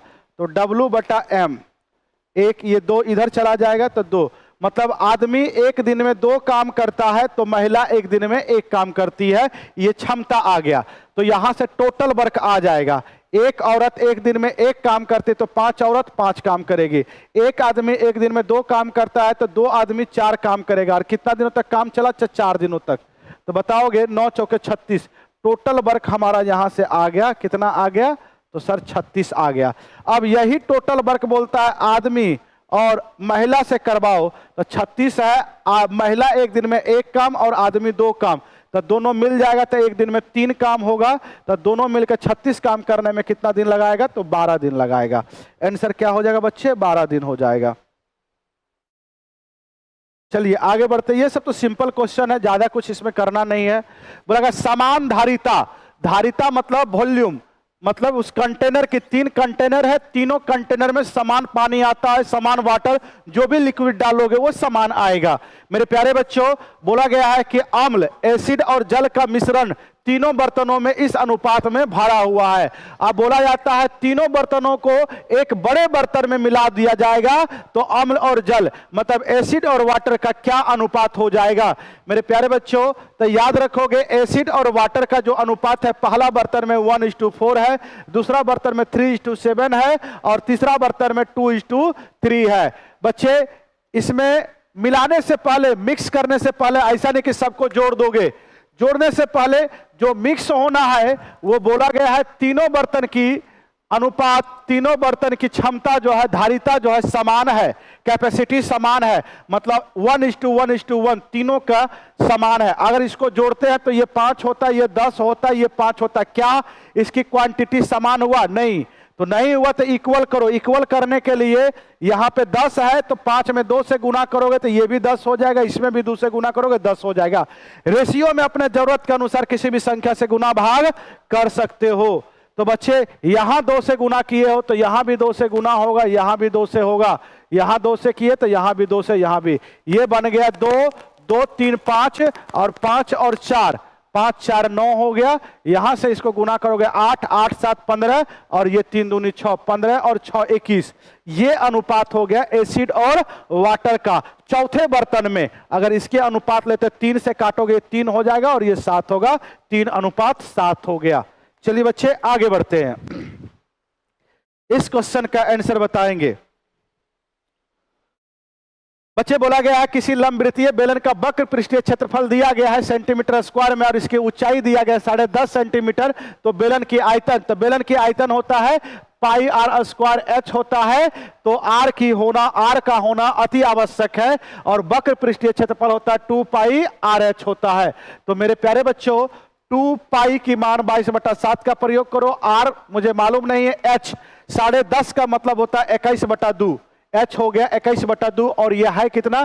तो 34 और 32। कितना है बच्चे? तो 34, 32, 34, 32। बच्चे ये कट जाएगा 7 या 21, 3 से कटा और ये कटेगा 2 से 2 कट गया।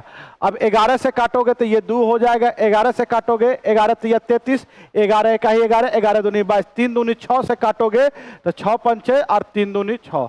तो आर की मान आ गया, कितना आ गया? तो 52 आ गया। अगर 52 आ गया तो बच्चे याद रखोगे, ठीक है।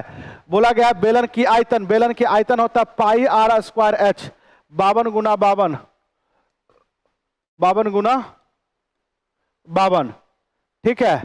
और इंटू एच, एच है 21/2, ये कट गया 11 और ये सबसे पहले देखो इसको जब भी गुना करोगे सम संख्या में आएगा, ये तो आंसर नहीं होगा। और यहां भी 2 है, यहां भी 2 है, 26 दूनी 52, 26 मतलब 4, 13 चौका 52, 4 इसमें है तो 4 का मल्टीपल। तो अंतिम का 2 अंक चेक करोगे, गुना नहीं करना है। इसमें भी भाग लग रहा है, इसमें भी भाग लग रहा है, इसमें भाग 2 अंकों में 4 से भाग नहीं लग रहा है। इसको चेक करोगे तो 11 का विभाज्यता का नियम यहाँ फेल होता हुआ नजर आ रहा है। 11 का विभाज्यता क्योंकि यहाँ पे 11 है, 11 से कटना चाहिए, गुना करोगे ज्यादा समय लगेगा। हम चाहते जोड़ लेते हैं, 9, 8, 17, 17 और 2 19, 19 आया और 3, 2, 5, 19 में से 5 जाएगा तो 14 आएगा। ये होना चाहिए 0 या तो 11 का कोई मल्टीपल होना चाहिए, तब 11 से कटेगा। ये दोनों 3 गो फाइल हो गया, हमारा आंसर यही होगा बी। चेक करने की जरूरत नहीं है, चेक भी कर लो। 8, 2, 10, 10 और 2 12, 9 और 3 12, 12 में से 12 जाएगा, अंतर लेंगे तो 0 आया। 11 का विभाज्यता का नियम कहता है कि अल्टरनेट संख्या को जोड़ो और जोड़कर अंतर लो, अंतर लेने पे 0 आ जाए या 11 आ जाए या 11 का कोई मल्टीपल आ जाए तो समझ लेना है ये कि 11 से भाग लगेगा। और 4 का विभाज्यता का नियम कहता है कि अंतिम का 2 अंक कटना चाहिए, अंतिम का 2 अंक कटना चाहिए। आगे आ जाओ बच्चे। बोला गया यदि 6 अंकों वाली ये संख्या है, अब ये संख्या है तो बोला गया है कि इसमें एक में 11 से भाग लगाना है पहली संख्या में, और दूसरी जो संख्या उसमें 72 से विभाज्य है तो x और y निकाल कर रखना है। तो पहली संख्या जो ये था 11 से भाग लगाना है, तो 11 का भाग का बोले अल्टरनेट संख्या को जोड़िए, और जोड़ने के बाद जो आता है अंतर लो 0 या 11 आना चाहिए। तो इसको जोड़े तो सर 5 2 7 तो x + 7 आया, ठीक है। फिर इसको जोड़ेंगे अल्टरनेट को 6 3 9 9 4 9 और 4 13 अंतर लिए तो बताओगे x 7 में से 13 जाएगा तो माइनस में 6 6 12 6 आया। तो x की मान क्या रखे ताकि 0 या 11 आ जाए। 11 तो 2 अंक तो रख नहीं सकते हैं तो x की मान 6 रखेंगे तो 6 में से 6 जाएगा तो 0 आ जाएगा। तो x की मान पता चल गया। अब ये संख्या बचा, तो इस संख्या में कि 72 से विभाज्यता का नियम, तो 72 से विभाज्यता का नियम कहता है कि जिस संख्या में 9 और 8 दोनों से भाग लग जाए तो समझ जाओ वो 72 से भाग लगेगा। तो सबसे पहले आप 9 का चेक कीजिए, 8 का होता अंतिम का 3 अंक चेक करना। तो बच्चे देखो 9 कहता कि अंकों को जोड़ो, अगर 9 आ गया तो काट दो, ठीक है। तो बताओगे ये 5 और 4 9 होता है 7 2 9, तो बताओगे ये 1 बचा, y के जगह पे इधर 1 है, y के जगह पे क्या रखे ताकि 9 से भाग लग जाए। तो मेरी मजबूरी है y के जगह पे 8 रखना, 8 और 1 9, 9 से कटेगा और तो ये संख्या हो गया अंतिम का 3 अंक कितना हो गया तो 7884, और 8 से भाग दोगे 9 8 72 6 बचा 8 8 64, मतलब 8 से भी भाग लग जा रहा है। x की मान 6 आया और y की मान 8 आया। मेरे प्यारे बच्चों यहां रखोगे x की मान 6 है तो 5x माइनस में 2y में, तो 6 5 30 और 8 3 24 घटाओगे, आंसर आ गया कितना आ गया जी, सॉरी 8 दूनी 16, 8 दूनी 16, y की मान 8 है 16, ये 4 हो जाएगा, 2 में से 1 जाएगा तो 1 14, आंसर क्या होगा 14, आंसर क्या हो जाएगा ए।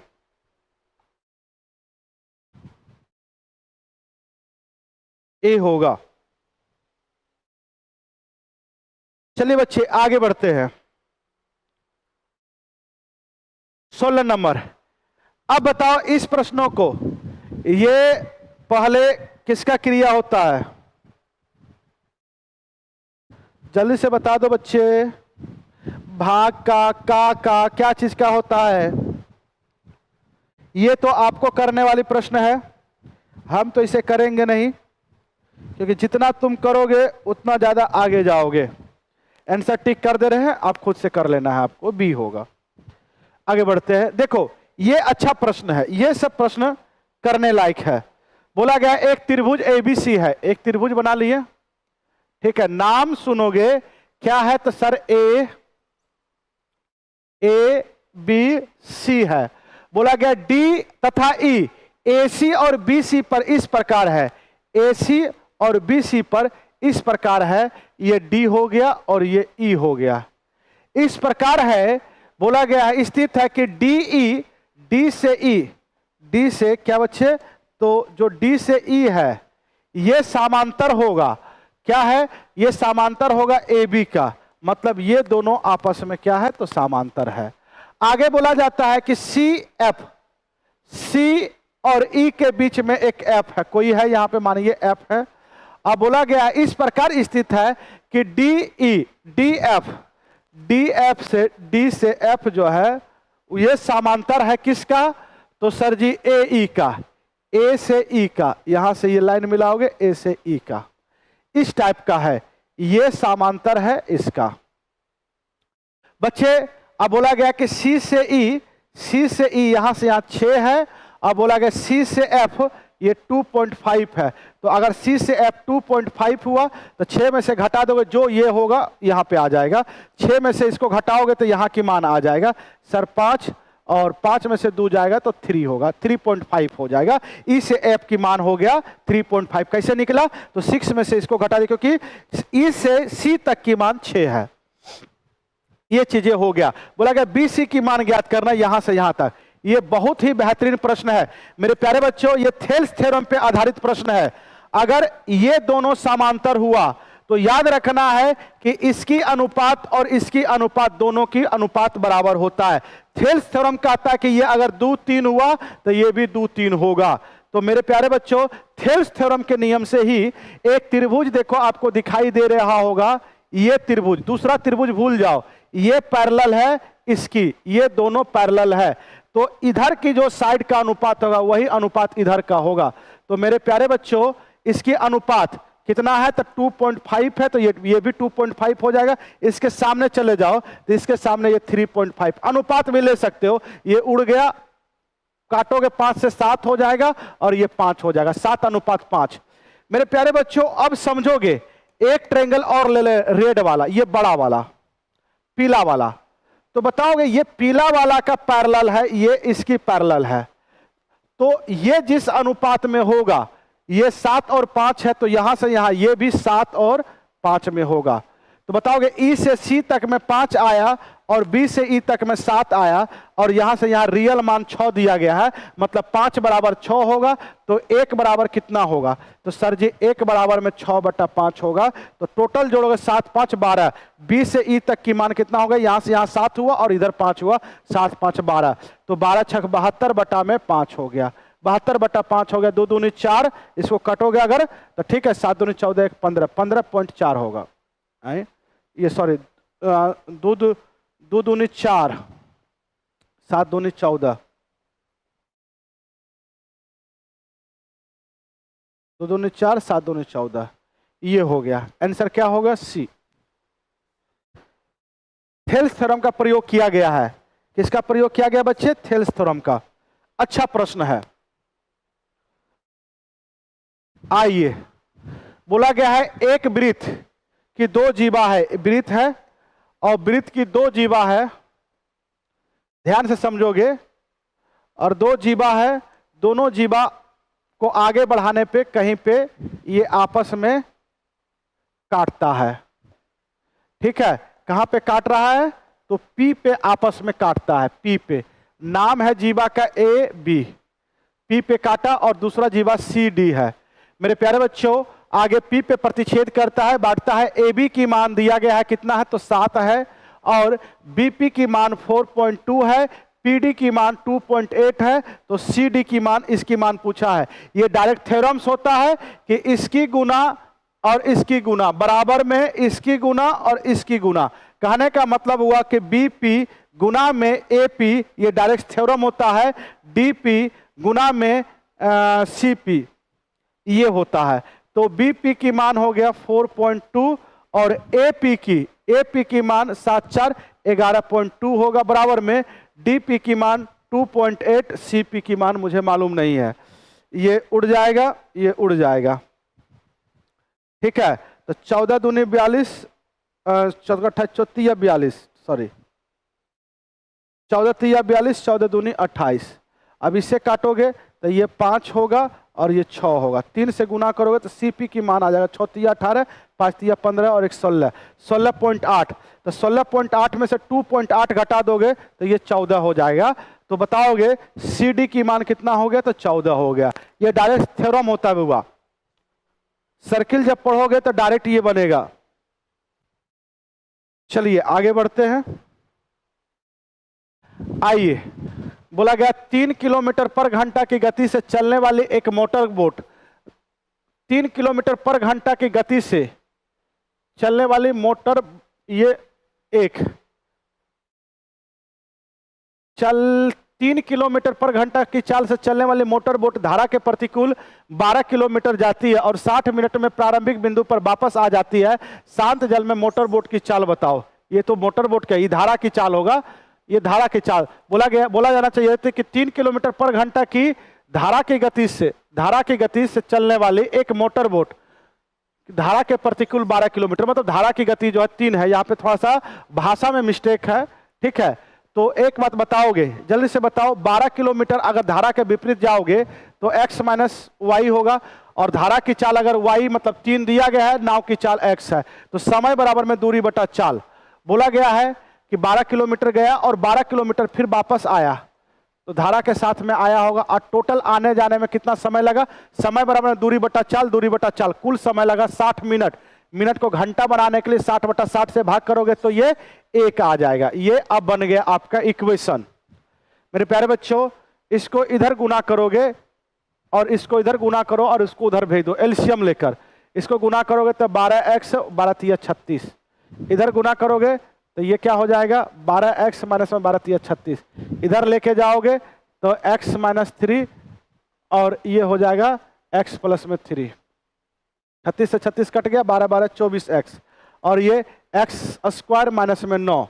बच्चे ये इधर लेके जाओगे तो x स्क्वायर माइनस में 24 माइनस में 9 0। एक ये बन गया है, क्या बन गया, तो क्वाड्रिक इक्वेशन बन गया। तो क्वाड्रिक इक्वेशन आप सॉल्व करने जानते हो कि x की मान होता है minus B plus minus root under में बी स्क्वायर माइनस 4ac और बट्टा में 2a होता है। इसी पे हम इसको बैठा देते हैं तो ये हो जाएगा माइनस बी, तो माइनस माइनस प्लस हो जाएगा 24, प्लस माइनस वाला नीचे में नहीं लेते, 2 रूट्स होगा, माइनस वाला नहीं लेते, बी स्क्वायर, तो बी स्क्वायर मतलब 24 गुना 24 प्लस हो जाएगा, माइनस में 4ac, तो माइनस माइनस प्लस हो जाएगा, 4a और c कितना है, तो -9, -9 के कारण ही यहाँ पे प्लस हुआ है, और 2a 2 से 2 हो जाएगा। ये 4 है, ठीक है, 9 चौके 36, तो इसमें भी 36 रहता है, 36 अगर बाहर निकालोगे तो 6 बाहर आ जाएगा। कैसे, तो देखोगे ये 24 गुना 24 है, तो आप बताओगे इसमें 12 गुना 2 लिख सकते हैं, और यहाँ पे एक 24 है तो इसको 8 दिया, तो इस 12 में ये गुना होगा तो अंदर क्या बच जाएगा, तो ये 12 तिया 36, ये 3 गुना 12 तिया 36, यहाँ भी 36 है, यहाँ भी 36 है, कॉमन हो जाएगा तो 24, और 12 तिया 36 का वर्गमूल 6, अगर 36 कॉमन ले लिए 12 तिया 36 तो 8 दूनी 16, यहाँ 16 और प्लस में 1 17 बचेगा। दोनों जगह है, कॉमन ले लोगे, 2 कॉमन लोगे तो ये क्या बचेगा 12 और ये 3 बचेगा।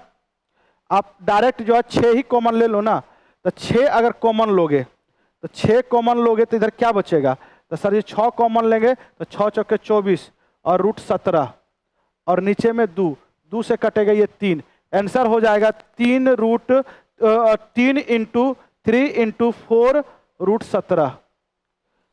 आंसर क्या हो जाएगा, डी हो जाएगा। बच्चे आंसर क्या हो जाएगा, डी। कैलकुलेशन आप कर लीजिएगा, थोड़ा अच्छा क्वेश्चन है। बोला जा रहा है सेट नंबर 117 का रिजल्ट में मेरा नहीं आया है। बउआ देखिए कमेंट आप करोगे, कमेंट सेक्शन थोड़ा दूर में लगा हुआ है, मुझे दिख नहीं रहा है, ठीक है, तो इसके लिए माफी चाहते हैं कि आपकी कमेंट के जवाब हम नहीं दे पाएंगे। रिजल्ट नहीं आया, कल हम बोल देंगे, ठीक है, कल आपकी रिजल्ट आ जाएगी, जो भी दिक्कत होगी वो क्लियर हो जाएगा। आप नाम वगैरह थोड़ा गलत इधर उधर भरे होंगे तो नहीं गया होगा। बोला गया एक समद्विबाहु त्रिभुज है कि प्रत्येक समान भुजा, समद्विबाहु त्रिभुज आइसोसेलेस ट्रायंगल दोनों भुजा बराबर है और समान भुजा 15-15 है। बोला इन दोनों के बीच की कोण 90 डिग्री है। अति उत्तम बात है, तो ये क्वेश्चन ही गलत है। इसको पूछना चाहिए कि सेंटीमीटर स्क्वायर है, मतलब क्षेत्रफल पूछना चाहिए कि क्षेत्रफल इसका क्या होगा, ठीक है। तो अगर एक कोई त्रिभुज है और ये दोनों अगर बराबर है और दोनों के बीच का कोण 90 डिग्री है, ये 15 ये 15 है, तो इसकी एरिया क्या हो जाएगा 1/2 आधार गुना ऊंचाई, ऊंचाई कितना है 15, तो हो जाएगा 5 25 225 बटा में 2 सेंटीमीटर स्क्वायर, 225 बटा में 2 सेंटीमीटर स्क्वायर। आंसर क्या हो जाएगा डी। चलिए आगे बढ़ते हैं। ये सीधा a प्लस बी का होल स्क्वायर पे a प्लस बी प्लस सी का होल स्क्वायर पे सेट है, तो ये क्या होता है a स्क्वायर, तो 16a स्क्वायर प्लस में b स्क्वायर, ठीक है, और प्लस में c स्क्वायर, 2 का स्क्वायर करोगे 4 और c स्क्वायर प्लस में 2ab 4 तिया 12, ठीक है, 4 तिया 12 12 दूनी 24 ab प्लस में 2bc, bc ये दोनों गुना करोगे 3 दूनी 6 6 दूनी 12 bc, ठीक है, अब प्लस में ca, तो c से a 4 दूनी 8 8 दूनी 16 ca। देख लो किस ऑप्शन में है, a प्लस बी प्लस सी का होल स्क्वायर, तो ऑप्शन ए में ही मुझे नजर आ रहा है, ऑप्शन बी वहां से यहां आएगा, ठीक है। चलिए आगे बढ़ते हैं। ये बोला गया है कि एबीसी ने किसी वर्ष की शुरुआत में एक व्यवसाय में क्रमशः 40,000, 48,000, 80,000 निवेश किया। 6 महीना के बाद शेष समय के लिए ए हर महीने 4,000 और बी हर महीने 4,000 मिलाए, जबकि सी हर महीने 4,000 निकाल लिए, तो कुल जो है इतना का लाभ में सी का हिस्सा ज्ञात करें। मेरे प्यारे मित्र, सब जगह 3-3 जीरो समान है, इसको 3-3 जीरो समान है, इसको कट कर दीजिए, ठीक है, इसको कट कर दीजिए।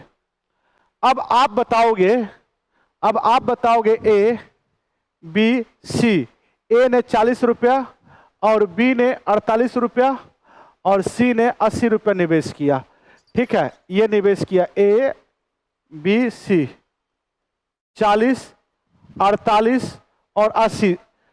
आप जानते हैं पार्टनरशिप के प्रश्नों में समान जीरो रहे तो उसको कैंसिल कर सकते हो, कैंसिल आउट कर सकते हो। मेरे प्यारे बच्चों, 6 महीना तक 40 रुपया रहा तो 6 गुना में 6 गुना में 6 गुना में 6। उसके बाद ये हर एक महीना 4-4 रुपया जमा करने लगा। 40 रुपया था, 4 रुपया जमा किया 44 हुआ, फिर 48 हुआ, फिर 4 जमा करेगा फिर 52 हुआ, फिर 56 हुआ, फिर 60 हुआ, 1 2 3 4 5, फिर 4 जमा करेगा 64 हो गया। तो इतना जमा किया है हर एक 4-4 महीना, एक महीना में वो 4-4 रुपया जमा किया। और बी भी 4-4 रुपया जमा किया। 48 था, 48 में 4 जमा करेगा 52 हो जाएगा, 52 में 4 जमा करेगा 56, 56 में 4 जमा करेगा 60, 60 में 4 64, 64 में 4 68, 68 में 4 72। कितना हो जाएगा? 72। 1 2 3 4 5 6 महीना हो गया। और सी जबकि क्या करता है, हर एक 4-4 रुपया वो क्या करता है, निकाल लेता है। 80 में से 4 निकालेगा तो 66, 76, फिर 72, फिर इसमें से ये निकालेगा तो कितना होगा 68, 68 में से 4 निकालेगा तो कितना होगा 64, 64 में से 4 निकालेगा तो क्या होगा 60, 60 में से 4 निकालेगा तो 56। 1 2 3 4 5 6 ये हो गया। चलिए जल्दी से इसको जोड़ के बताइए, ये कितना हो जाएगा? 6 चौके 24, 240। ये कितना होगा? तो सर 8 छक्के 48 और 6 चौके 24 और 4 28, 288। ये कितना होगा? 8 छक्के 48, 480। अब ये यहां से यहां जोड़ोगे, इसको जोड़ के जल्दी से बताओ कितना हो रहा है।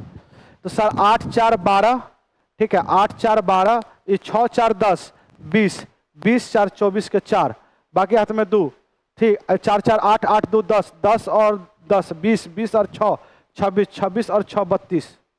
ये हो गया।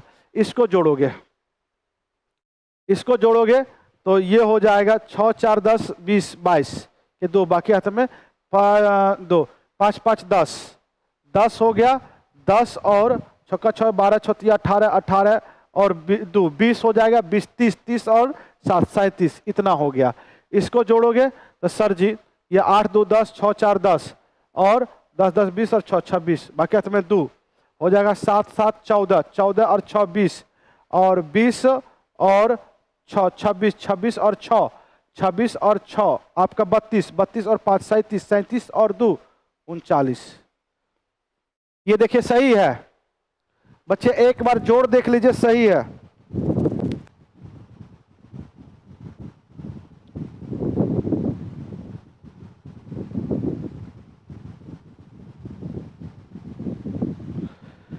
चलिए अब इसमें क्या करोगे, 240 जोड़ दो।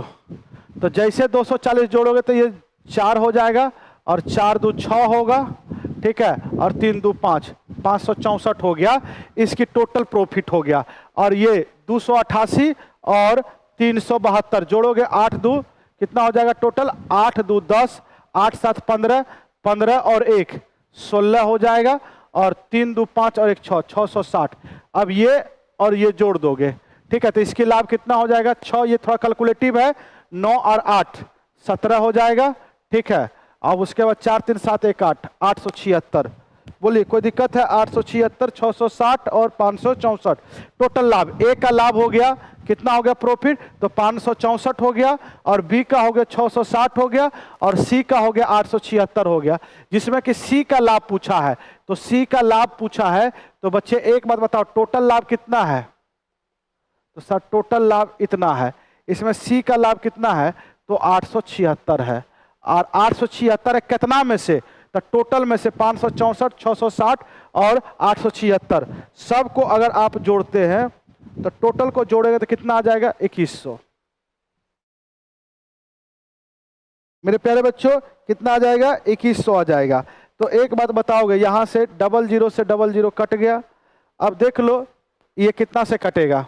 तो सर जी 21 से कट रहा है क्या? ये 6 2 9, 3 से काटोगे 7 से कितना हो जाएगा 9 7 63 63 4, ये कट जा रहा है। 3 से काटोगे तो ये 7 होगा और 3 से इसको काटोगे तो 3 दूनी 6, 3 दूनी 6, 4 तिया 12, 7 से काटोगे 7 तिया 21, 7 दूनी 14, गुना करोगे 3 दूनी 6,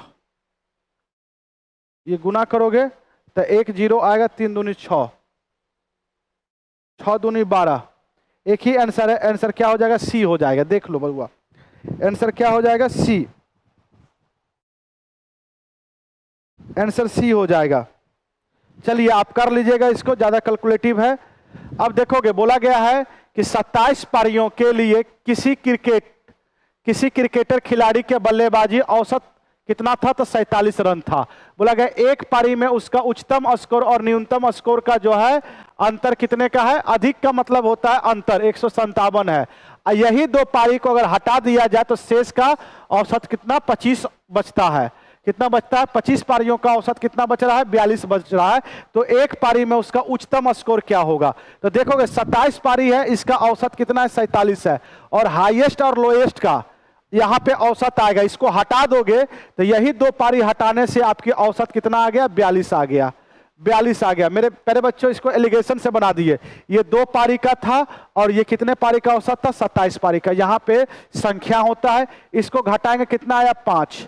तो ये 2 बराबर में 5 आया था। 2 बराबर में 5 तो बताओगे 1 बराबर में 5 बटा 2, तो 27 बराबर में कितना हो जाएगा? तो सर 27 पचे 135 बटा में 2 होगा। इतना हो गया। ये दोनों को जोड़कर यहां लिख दो, इसकी औसत आ जाएगा। तो सर जोड़ेंगे तो ये दोनों को जोड़ेंगे तो 42 दूनी 2 दूनी 4, 8 दूनी 84, 42 दूनी 84 और 135, तो ये हो जाएगा 9, 5 4 9, 8 3 11 और 219 बटा में 2। तो अगर औसत हमारा ये है तो योगफल कितना हो जाएगा? 2 से गुना करोगे तो सर 219 गुना में ये 2, ये क्या आया? तो ये औसत आया। यहाँ पे ये कट गया तो ये अलग तरीका से बता रहे हैं। ये हाईएस्ट प्लस में लोएस्ट कितना आ गया? तो सर 219 आ गया। और हाईएस्ट माइनस लोएस्ट का दोनों का अंतर कितना है? अधिक या कम का मतलब वही अंतर होता है 157। मेरे प्यारे बच्चों दोनों को जोड़ दोगे तो ये कट जाएगा। तो 2h की मान कितना हो जाएगा?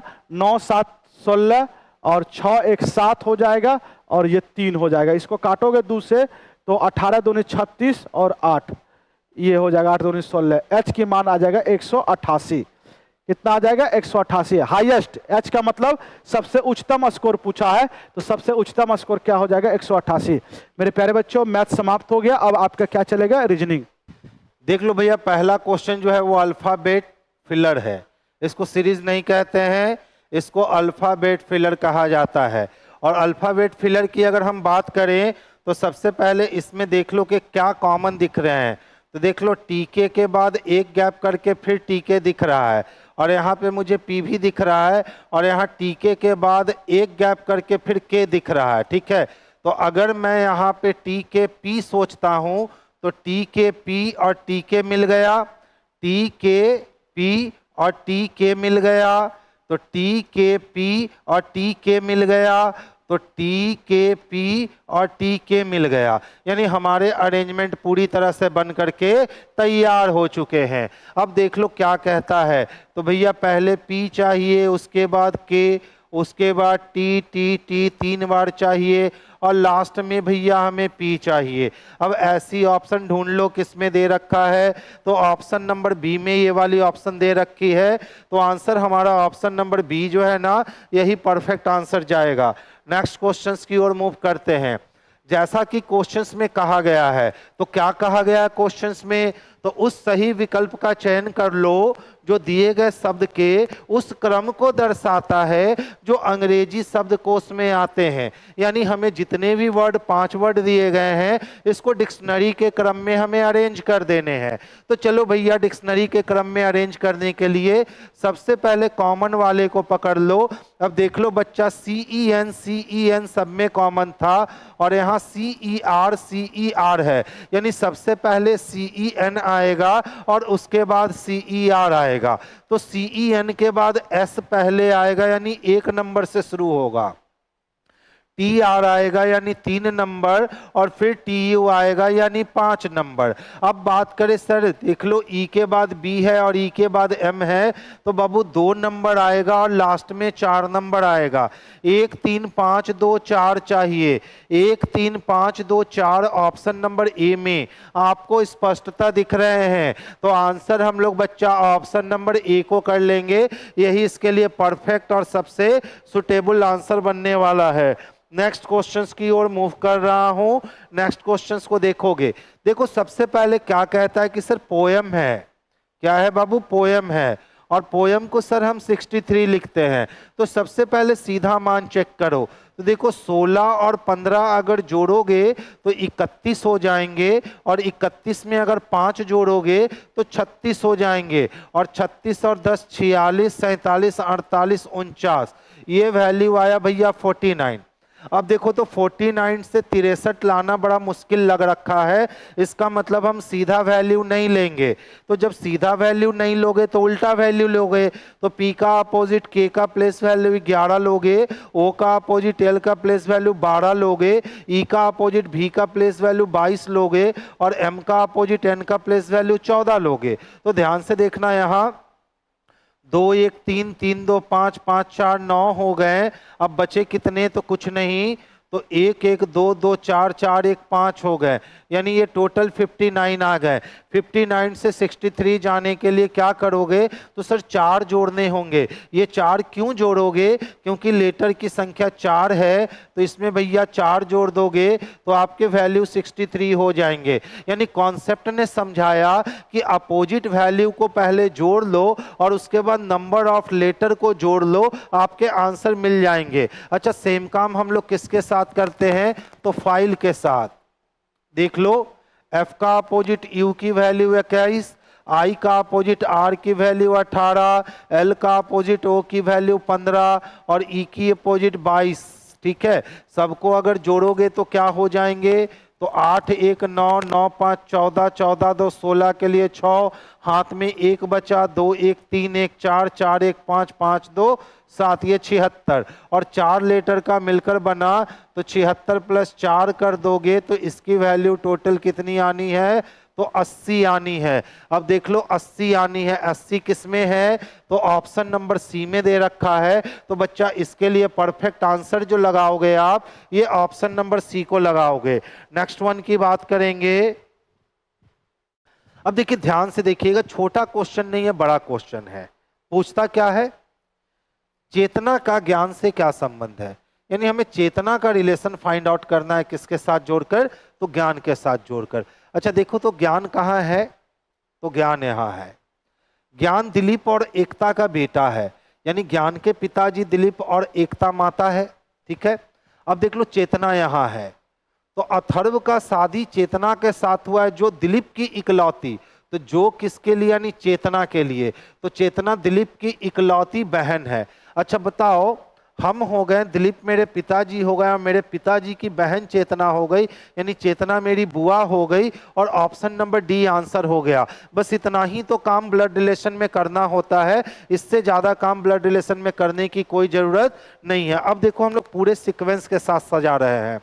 अथर्व का विवाह चेतना के साथ हुआ, तो कोई अथर्व था, इसने विवाह किया किसके साथ? तो चेतना के साथ। फिर कहता है जो दिलीप की इकलौती बहन है, यानी चेतना जो है ना वो किसकी? तो दिलीप की इकलौती बहन है। किसकी बाबू? तो दिलीप की इकलौती बहन है। मुकुल चेतना के दादाजी हैं, तो चेतना के दादाजी होने के लिए पहले चेतना के पिताजी चाहिए और पिताजी के पिताजी जो होंगे वो कौन होंगे? तो मुकुल होंगे। ठीक है, अब देख लो, कहता है नेहा का विवाह मुकुल के साथ हुआ, तो नेहा का विवाह हो रखा है मुकुल के साथ। फिर कहता है और उनके दो बेटे हार्दिक और भावेश है, तो नेहा के दो बेटे हैं, एक बेटा हार्दिक है और एक बेटा भावेश है। हार्दिक अविवाहित है, यानी यह कौन है, तो ये भावेश है। और भावेश का कोई भाई है जिसका नाम क्या है, तो हार्दिक है। अब कहता है अंजलि नेहा की बहू है, अंजलि नेहा की बहू है यानी भावेश की पत्नी है। अब कहता है ज्ञान दिलीप का और एकता का बेटा है, तो दिलीप का और एकता का बेटा कौन है, तो ज्ञान है। अब सोचो आप इतना काम पहले करोगे ब्लड रिलेशन में, ठीक है, जैसा हमने यहाँ फॉर्मेट बनाया, आप इतना काम पहले ब्लड रिलेशन में करोगे। उसके बाद पूछा चेतना का ज्ञान से क्या संबंध है, तो कहोगे ज्ञान के पिताजी की बहन है चेतना, यानी ज्ञान की बुआ है चेतना। तो इतना मेहनत करने की कहाँ जरूरत है, हम डायरेक्ट कहते हैं कि ज्ञान दिलीप और एकता का बेटा है, यानी ज्ञान के पिताजी दिलीप हैं। और जो दिलीप की इकलौती बहन है, तो जो किसके लिए, तो चेतना के लिए, तो चेतना पिताजी की बहन है यानी बुआ है। एकदम डायरेक्ट आंसर लगा सकते हैं। और ब्लड रिलेशन के 99% क्वेश्चन इस तर्ज पे बनाए जा सकते हैं, यानी इतना लिखने की जरूरत कभी पड़ती ही नहीं है। नेक्स्ट क्वेश्चन की ओर मूव कर रहा हूं। देख लो बाबू क्या कहता है, 8 व्यक्ति हैं PQ RST UV और W किसी गोल मेज के परिधि पर दक्षिणावर्त रूप में इसी क्रम में बैठे हैं। अच्छा बताओ, दक्षिणावर्त का मतलब क्लॉकवाइज हुआ ना, और ये 8 व्यक्ति हैं, ठीक है। अब देख लो कौन कौन है, तो P Q R S T U V और ये रहा W। अब कहता है यदि U उत्तर पूर्व दिशा में है, तो U सही में उत्तर पूर्व दिशा में है, तो पूछ रहा है तो दक्षिण दिशा की ओर कौन अभिमुख है, तो जब U उत्तर पूर्व में है तो दक्षिण दिशा की ओर P होगा, और P किस में दे रखा है, तो ऑप्शन नंबर D में दे रखा है। तो आंसर हम लोग ऑप्शन नंबर D को कर लेंगे। आंसर किसको कर लेंगे बाबू, ऑप्शन नंबर D को कर लेंगे। सफेद को पक्षी कहा जाए, पक्षी को पारा, पारा को दही, दही को डिटर्जेंट कहा जाए, और डिटर्जेंट को सफेद कहा जाए, तो किसका उपयोग थर्मामीटर में किया जाता है, तो थर्मामीटर में हम जानते हैं पारा का प्रयोग करते हैं, और पारा को क्या कहते हैं, तो दही कहते हैं, यानी थर्मामीटर में हम लोग दही का प्रयोग करने वाले हैं। इसके लिए जो परफेक्ट और सुटेबल आंसर जाने वाला है, ये ऑप्शन नंबर D जाने वाला है। नेक्स्ट क्वेश्चन की ओर मूव कर रहा हूं। देख लो, संक्रामक रोग वैसे रोगों को कहते हैं जो छुआछूत से फैलता है। जैसे मुझे है, अगर मेरे साथ आप बैठोगे, मेरे साथ आप खाओगे पियोगे, तो मेरी वाली रोग आपके पास भी जाएगी, तो ऐसे रोगों को संक्रमित रोग कहते हैं। अब कहता है किसी चीज की कमी से होने वाली रोग, घेघा, सूखा रोग और चेचक। तो देखो चेचक जो है ना, वो संक्रमण रोग है। देखते हो घर में किसी को चेचक हो जाता है, स्मॉल पॉक्स हो जाते हैं, तो उनको सबसे अलग रखा जाता है क्योंकि ये फैलता है। तो संक्रमण रोग के अंदर कौन आएगा, चेचक। और घेघा रोग आयोडीन की कमी से होता है, और सूखा रोग विटामिन E की कमी से होता है, यानी किसी चीज की कमी से होने वाला रोग घेघा और सूखा रोग है। तो सबसे पहले हम बनाएंगे संक्रमण रोग, और संक्रमण रोग के अंदर डालेंगे चेचक को। अब किसी चीज की कमी से होने वाला रोग, इसमें घेघा आयोडीन की कमी से, और सूखा रोग जो होता है विटामिन E की कमी से। तो देख लो ऐसा वेन किसमें स्पष्ट दिखता है, तो ऑप्शन नंबर A में दिखता है। तो आंसर बच्चा हम लोग इसके लिए ऑप्शन नंबर A जो है ना, वो परफेक्ट रूप से देंगे। नेक्स्ट क्वेश्चन की ओर मूव कर रहा हूं। देखो कहता है सर 12 और 13 का स्थान बदलना है, 8 12 का। चलो कर देता हूं, मैं अक्सर छोड़ देता हूं, आज कर देता हूं। मान लो अगर 12 13 का स्थान हम बदल दें, तो यहाँ 13 को जैसे ही रखेंगे तो ये डिवाइड नहीं हो पाएगा 48 से, तो इस कैंसिल कर दो। अब कहता है सर 13 और 8 का स्थान बदल दो। तो देख लो अगर मैं यहाँ 13 का स्थान रख दूं और यहाँ 8 का स्थान रख दूं, तो देखो तो 12 चको 48 कट गया, 4 पचे 20 हो गए, 20 और 13 जोड़ देंगे 33, और 33 में से 8 माइनस करेंगे तो 29 नहीं होगा, खत्म हो गया। आगे चलो।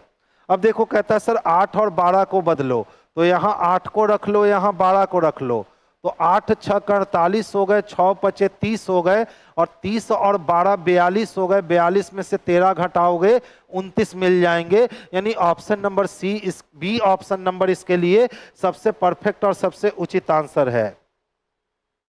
ध्यान से देखिएगा, टी के बाद एक गैप करके एक्स है, यहां भी टी के बाद एक गैप करके एक्स है, यानी जो एलिमेंट यहां भराएगा वही एलिमेंट यहां भराएगा।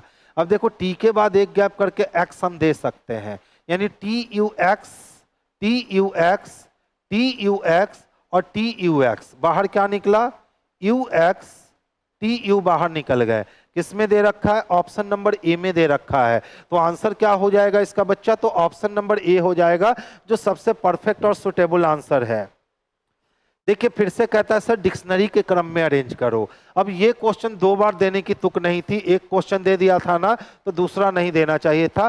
चलो भैया डिक्शनरी के क्रम में अरेंज करते हैं। तो देख लो, कॉमन को पहले अलग करो, DIS कॉमन है, सब में DIS जो है ना वो कॉमन है। अब ध्यान से अगर देखोगे तो DIS के बाद A कॉमन है, ठीक है। अब देखो AD है, AS है, AP है, AP है, AR है। तो पहले तो AD आएगा यानी 5 नंबर आएगा। AD के बाद हमारा AP आएगा। अब AP के बाद O है और E है, तो पहले E आएगा यानी 4 नंबर, उसके बाद 2 नंबर, उसके बाद A के बाद R है और A के बाद S है, तो पहले R आएगा यानी 6 नंबर और फिर S आएगा यानी 1 नंबर और लास्ट में आएगा 3 नंबर। देख लो 5 4 2 6 1 3, 5 4 2 नहीं 5 5 4 2 6 1 3 ऑप्शन नंबर डी में दे रखा है। तो आंसर इसका ऑप्शन नंबर डी जो है ना बाबू, यही इसके लिए सबसे परफेक्ट और सबसे सुटेबल आंसर होंगे। अच्छा देखिए, रेलवे NTPC CBT 1 और ग्रुप डी के लिए आपकी कंबाइंड बैच आई है, जो कंप्लीट टारगेट बैच है। ये बैच आपकी 23 सितंबर से रन है, ठीक है, रनिंग हो चुकी है और संपूर्ण तैयारी आप मात्र 499 रुपये में कर सकते हो। इन्हीं सब शिक्षक गण के द्वारा आपको ये बैच कंप्लीट करवाई जाएगी। देखिए पहले 1-2 वाले बच्चे देखोगे, कहता है सर कोई भी सैनिक लड़की नहीं है। तो देख लो, सैनिक यहाँ 1 रुपया लेकर और सैनिक ने मांगा 2 रुपया, खत्म हो गया। दूसरा कहता है सर कोई लड़की इंजीनियर नहीं है। तो देख लो सारे स्टेटमेंट पॉजिटिव है, तो उससे निगेटिव कंक्लूजन आएगा नहीं, गलत हो गया। कहता है कुछ सैनिक इंजीनियर है, तो सैनिक भी यही, इंजीनियर भी यही, सभी का स्टेटमेंट कुछ के केस में सही होता है। तो इसका आंसर केवल ए नंबर हो जाएगा। अब जो बच्चे इसको वेन डायग्राम से बनाते हो वो बच्चे देखोगे, देख लो जितनी भी लड़कियां थी, कुछ लड़कियां जो थी वो इंजीनियर थी और सभी इंजीनियर जो थे वो सैनिक यानी सोल्जर थे, और कोई भी डॉक्टर लड़की नहीं है। यानी कौन लड़की नहीं है? तो डॉक्टर लड़की नहीं है। ये वेन बन के हमारे पास तैयार हो गए। अब पहला कहता है कोई सैनिक लड़की नहीं है, जबकि हम स्पष्ट रूप से इस वेन में एनालिसिस कर सकते हैं कि कुछ लड़की जो है ना बाबू वो सैनिक है, तो पहला गलत हो गया। दूसरा कहता है कोई लड़की इंजीनियर नहीं है। अब देख लो कुछ लड़की इंजीनियर हमको दिख रही है, तो ये भी गलत हो गया। फिर कहता है कुछ सैनिक इंजीनियर है, तो देखो सैनिक का जितना भी हिस्सा है उसके कुछ हिस्से पे इंजीनियर है, यानी तीसरा सही हो गया। तो केवल 3 अनुसरण करता है और 2 निगेटिव मिलकर के आइदर और नहीं जा सकते। तो आंसर हम लोग ऑप्शन नंबर ए को कर लेंगे। अच्छा ध्यान से देखिएगा क्या है हमारे पास, 32, 34, 43, 71, 136 धीरे धीरे आगे बढ़ रहा है। तो जब भी धीरे धीरे आगे बढ़े यानी वो एडिशन सीरीज है। +2 बढ़ गए। अच्छा देखो 6 यहां और 3 यहां, 9 बढ़ गए। 11 में से अगर हम 3 माइनस कर लें तो 8 हो जाएगा, और 6 में से 4 तो 2, 28 बढ़ गए। 6 में से 1 माइनस किया 5 हो गए, और 13 में से 7 माइनस किया तो 6 हो गए। थोड़ा सा अगर पेशेंस रख कर देखोगे तो ध्यान से देख लो क्या हो रखा है। 1 का क्यूब करके अगर +1 कर दे 2 मिलेगा, 2 का क्यूब करके +1 कर दे तो 9 मिलेगा, 3 का क्यूब करके +1 करे तो 28 मिलेगा, और 4 का क्यूब करके प्लस 1 करे तो 65 मिलेगा। यानी अगला टर्म जो है ना वो 5 का क्यूब करके प्लस 1 करना होगा। यानी कि अब जो है ना हम लोग 126 यहाँ बढ़ाने वाले हैं। कितना? तो 126 बढ़ाने वाले हैं।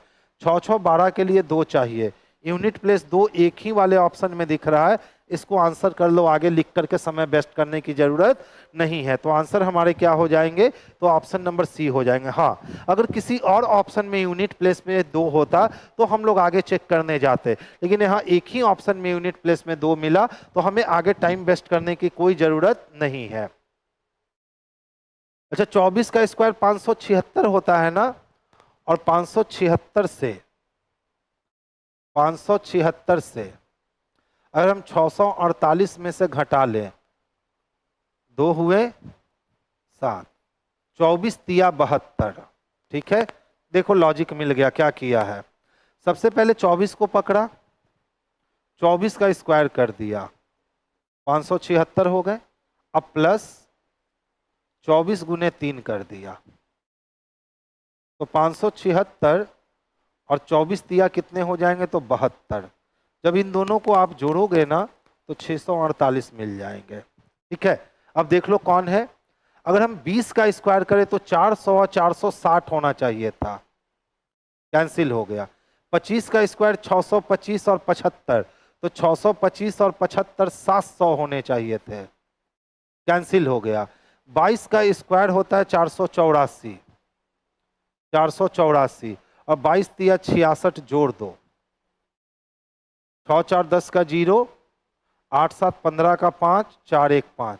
बाबू ऑप्शन नंबर बी इसके लिए परफेक्ट और सुटेबल आंसर होगा। तो आंसर क्या हो जाएंगे इसके लिए? तो ऑप्शन नंबर बी इसके लिए सबसे परफेक्ट आंसर होगा।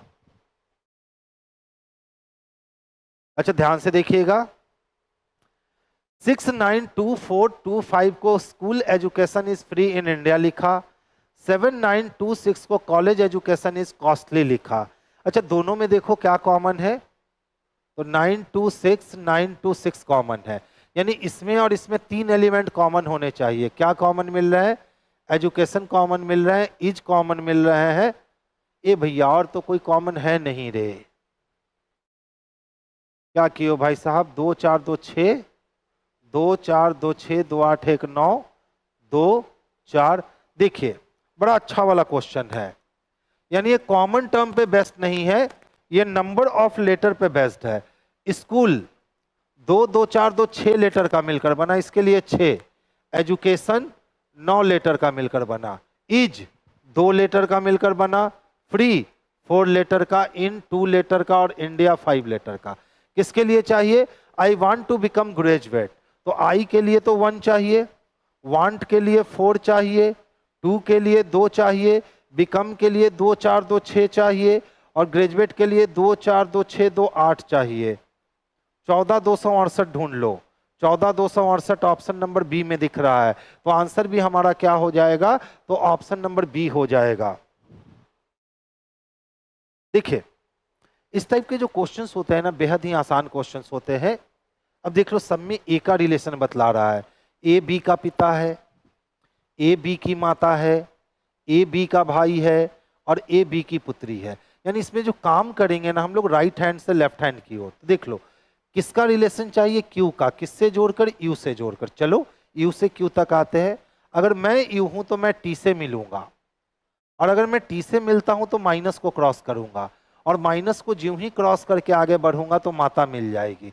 तो टी मेरी मम्मी है, और मम्मी से मिलने के बाद मैं एस से मिलने जाऊंगा, तो एस को मिलने के लिए मैं हैश को क्रॉस करूंगा, यानी मम्मी की बेटी से मिलूंगा, तो मम्मी की बेटी बहन हो गई। अब बहन से मिलने के बाद मैं आर के पास जाऊंगा परसेंटेज क्रॉस करके, तो परसेंटेज का मतलब भाई, तो मेरी बहन का भाई यानी मेरा भी भाई हो गया। और फिर भाई से मिलने के बाद क्यू से मिलने जाऊंगा परसेंटेज को क्रॉस करके, तो भाई का भाई मेरा भी भाई होगा, यानी क्यू यू का भाई होगा। ऑप्शन नंबर डी इसके लिए प्रॉपर और सबसे बेस्ट आंसर के रूप में हम इसका आंसर सेलेक्ट कर सकते हैं। तो आंसर हम लोग डी नंबर को कर लेंगे। देखिए, दक्षिण को अगर आप उत्तर पश्चिम कह रहे हो, यानी एंटी क्लॉकवाइज 135 डिग्री घुमा रहे हो, उत्तर पश्चिम को पूरब कह रहे हो, यानी 135 डिग्री एंटी क्लॉक घुमा रहे हो, पूरब को दक्षिण पश्चिम कह रहे हो, यानी 135 डिग्री एंटी क्लॉक, तो हर बार 135 डिग्री एंटी क्लॉक घुमा रहे हो। तो उत्तर पूरब को अगर 135 डिग्री एंटी क्लॉक घुमाओगे तो आप दक्षिण में आ जाओगे, यानी ऑप्शन नंबर डी हो जाएंगे। देख लो आप यहाँ पे, आप इस तरह से भी इस क्वेश्चन को बना सकते हो। सबसे पहले कहता है सर दक्षिण को उत्तर पश्चिम में बदला जाता है, तो दक्षिण को उत्तर पश्चिम में बदलने के लिए 135 डिग्री क्लॉकवाइज घूम गए। अब कहता है उत्तर पश्चिम को पूरब में बदला जाता है, तो उत्तर पश्चिम को पूरब में बदलने के लिए 135 डिग्री क्लॉकवाइज घूम गए। पूरब को दक्षिण पश्चिम में, पूरब को दक्षिण पश्चिम में बदलने के लिए 135 डिग्री क्लॉकवाइज घूम गए, यानी हर बार आपको 135 डिग्री क्लॉकवाइज ही घूमने हैं। अब कहता है सर उत्तर पूरब को किस दिशा में, तो उत्तर पूरब को बदलने के लिए 135 डिग्री क्लॉकवाइज घूमोगे, और घूमोगे तो कहाँ आ जाओगे, साउथ में आ जाओगे, तो आंसर आपके दक्षिण हो जाएंगे, ऑप्शन नंबर डी हो जाएंगे। तो या तो आप इस क्वेश्चन को इस तरह से रिएक्ट कर सकते हो, या तो इस क्वेश्चन को आप बिल्कुल कंडीशन देख लो कि कहाँ से कहाँ जाऊंगा तो कितना डिग्री का रोटेशन मिलेगा। अगर वो कंडीशन क्लियर हो गई तो इस वाले पे पेन टच करने की जरूरत कभी भी नहीं पड़ने वाली है। नेक्स्ट वन की बात करें, कहता है यदि निम्नलिखित शब्दों में से प्रत्येक के सभी अक्षरों को अंग्रेजी वर्णमाला के क्रम में, शब्द को नहीं अक्षर को अंग्रेजी वर्णमाला के क्रम में सजाइए, तो देखिए हमारे पास क्या है, लाइक है, लीव है, लव है, लाइम है और लक है। तो जितने भी अक्षर हैं इसमें, इसको वर्णमाला के क्रम में सजाने हैं। सबसे पहला स्टेटमेंट यही कहा कि शब्दों में प्रत्येक के सभी अक्षर को अंग्रेजी वर्णमाला के क्रम में क्या कर दो, तो क्रम के अनुसार पुनर्व्यवस्थित कर दो। तो चलिए अगर हम इसको अंग्रेजी वर्णमाला के क्रम के अनुसार करें तो सबसे पहले ई से बड़ा मुझे मिलेगा आई से बड़ा के और के से बड़ा एल। इसके बाद इसको अरेंज करें तो सबसे छोटा ई से बड़ा आई से बड़ा एल और फिर मिलेगा भी। सबसे छोटा ई से बड़ा एल से बड़ा ओ और सबसे बड़ा भी। इसको अरेंज करें तो सबसे छोटा ई से बड़ा आई से बड़ा एल और एल से बड़ा एम। इसको अरेंज करें तो सी से बड़ा के से बड़ा एल और एल से बड़ा यू। तो जैसा कि उसने कहा कि जितने भी अक्षर हैं उसको वर्णमाला के क्रम में पहले व्यवस्थित कर दो। अब कहता है इस प्रकार बने नए शब्द समूह में शब्द कोश के अनुसार व्यवस्थित किया जाए।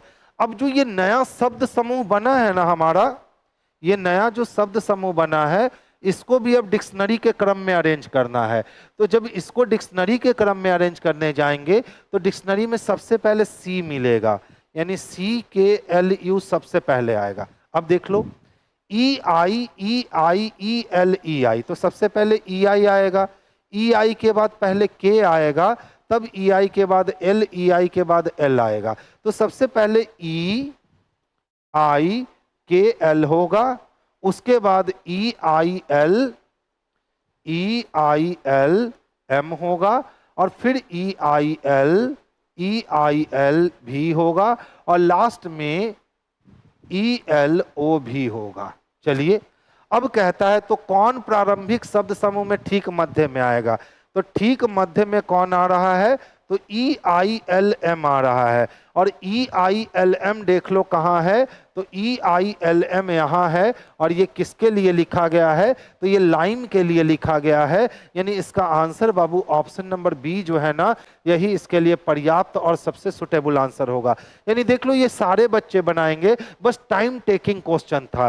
तो टाइम टेकिंग क्वेश्चन जब भी आते हैं तो समझ लो वो सारे बच्चे से बनेगा, बस जो जितना फास्ट बना लेगा उसको 10 सेकंड पहले बन जाएगा। अच्छा देखिए, विद्यार्थी है, अधिवक्ता है और अमेरिका है। कहता है ऐसे कितने विद्यार्थी हैं जो अधिवक्ता भी हैं लेकिन अमेरिकन नहीं है। तो अमेरिकन नहीं है यानी ये जीरो, इस सर्किल को हटा लो। जब इस सर्किल को हटा लोगे तो विद्यार्थी और अधिवक्ता दोनों वालों की संख्या 20 मिलेगी, जैसा कि ऑप्शन नंबर डी में स्पष्टता देखने को मिल रहा है। तो आंसर बाबू इसका हम लोग ऑप्शन नंबर डी करेंगे, जो सबसे सुटेबल और सबसे परफेक्ट आंसर होंगे। देखिए कोडिंग डिकोडिंग का प्रश्न है। यदि पहला तत्व एक संख्या, ऊपर कर देता हूं, यदि पहला तत्व एक संख्या जो कि है और अंतिम तत्व एक प्रतीक जो कि है, तो इन दोनों के कूट परस्पर बदल जाने चाहिए। ठीक है, इसका मतलब है कि 5 हैश स्लैश 4 इक्वल टू को बदल के हम लोग इक्वल टू हैश स्लैश 4 5 लिख देंगे, यानी अब इस पे कोडिंग करेंगे। ठीक है, दूसरा पढ़ो। यदि पहला तत्व एक सम संख्या है जो कि नहीं है, यदि दूसरा और तीसरा तत्व दोनों पूर्ण वर्ग हैं जो कि नहीं है। अब देख लो, इक्वल टू का मतलब है आर से शुरू, हैश के लिए हम लोग भी का चयन करेंगे, स्लाइस के लिए हम लोग एक्स का चयन करेंगे, 4 के लिए हम लोग बी का चयन करेंगे और 5 के लिए हम लोग वाई का चयन करेंगे। आर भी X B Y option number A में दिख रखा है, तो आंसर हमारा ऑप्शन नंबर ए जो है ना, यही सुटेबल और सबसे परफेक्ट आंसर होना है। अच्छा ध्यान से देखिएगा बच्चा, क्या है 15 फरवरी 2018 से 18 अप्रैल 2019 को जाना है, तो पहले 15 फरवरी 2018 को 18 अप्रैल तक लेकर जाते हैं। तो देखो 2018 एक साधारण वर्ष है, 28 दिन का होगा, हम 15 दिन देख चुके हैं, तो इधर बच गए 5 दिन, उधर बच गए 8 दिन, तो 8 5 13 दिन बच गए। ठीक है, अब एक साल का अंतर लेंगे तो एक जुट जाएगा, 13 1 14 हो जाएगा और फिर से वो गुरुवार ही आ जाएगा, यानी थर्सडे हो जाएंगे। फिर से क्या हो जाएंगे, थर्सडे हो जाएंगे। देखो हमने क्या काम किया, 15 फरवरी 2018 कौन सा दिन दे रखा है, तो थर्सडे, और उसने कहा 18 अप्रैल, अच्छा मार्च तो छूट ही गया जी, ओहो हो, अभी मिस्टेक हो जाता, देखिए मार्च छूट गया। ठीक है, अप्रैल 2019 तक जाने हैं, तो सबसे पहला काम क्या करो ना कि इस 15 फरवरी को ही आप बैलेंस कर दो 18 अप्रैल 2018 तक। ठीक है, तो देखो फरवरी 28 दिन का महीना होगा और 15 दिन खत्म हो गए, तो फरवरी से मिलेगा 13 दिन, मार्च देगा 3 दिन और अप्रैल 18 है तो 7 दूना 14 खत्म हो गया 4 दिन, 4 3 7 13 7 कितने 20, तो 20/7 यानी 6 दिन। यहाँ से यहाँ आने के लिए 6 दिन बढ़ाना होगा। अब देख लो यहाँ से यहाँ जाएं तो सेम कट गया क्या, सेम कट गया क्या, एक साल का अंतर हुआ, इस एक साल में लीप ईयर नहीं आएंगे, तो एक यहाँ बढ़ गया। ठीक है, तो 6 1 7 यानी अभी भी थर्सडे ही हो गया, मार्च को छोड़ देने से ज्यादा कोई इफेक्ट पड़ने वाला नहीं है, तो अभी भी हमारा आंसर क्या हो गया, तो थर्सडे ही हो गया, यानी गुरुवार ही आंसर हो जाएंगे। देखिए कहता है 6 शिक्षक एक वृत्ताकार मेज के परिधि पर केंद्र की ओर मुख करके बैठे हैं। एक सर्किल कर लो, सर्किल पे 6 लोगों की व्यवस्था कर लो और सारे लोग का फेस केंद्र की ओर कर लो।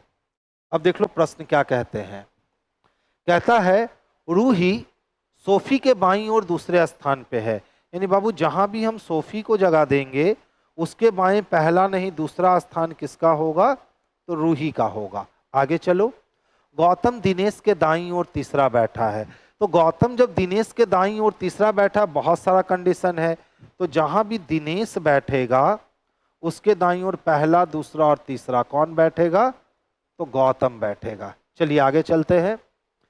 प्रीति सोफी और गौतम दोनों के बीच में है, तो प्रीति सोफी और गौतम, यानी यहाँ गौतम को होना चाहिए, तभी यहाँ हम किसको रख सकते हैं, तो प्रीति को रख सकते हैं, क्योंकि प्रीति गौतम और सोफी दोनों के बीच है। तो देखो गौतम के लेफ्ट में तीसरा दिनेश है, तो गौतम का राइट, गौतम का लेफ्ट, पहला दूसरा तीसरा, यहाँ कौन आ गया बाबू, तो यहाँ दिनेश आ गया।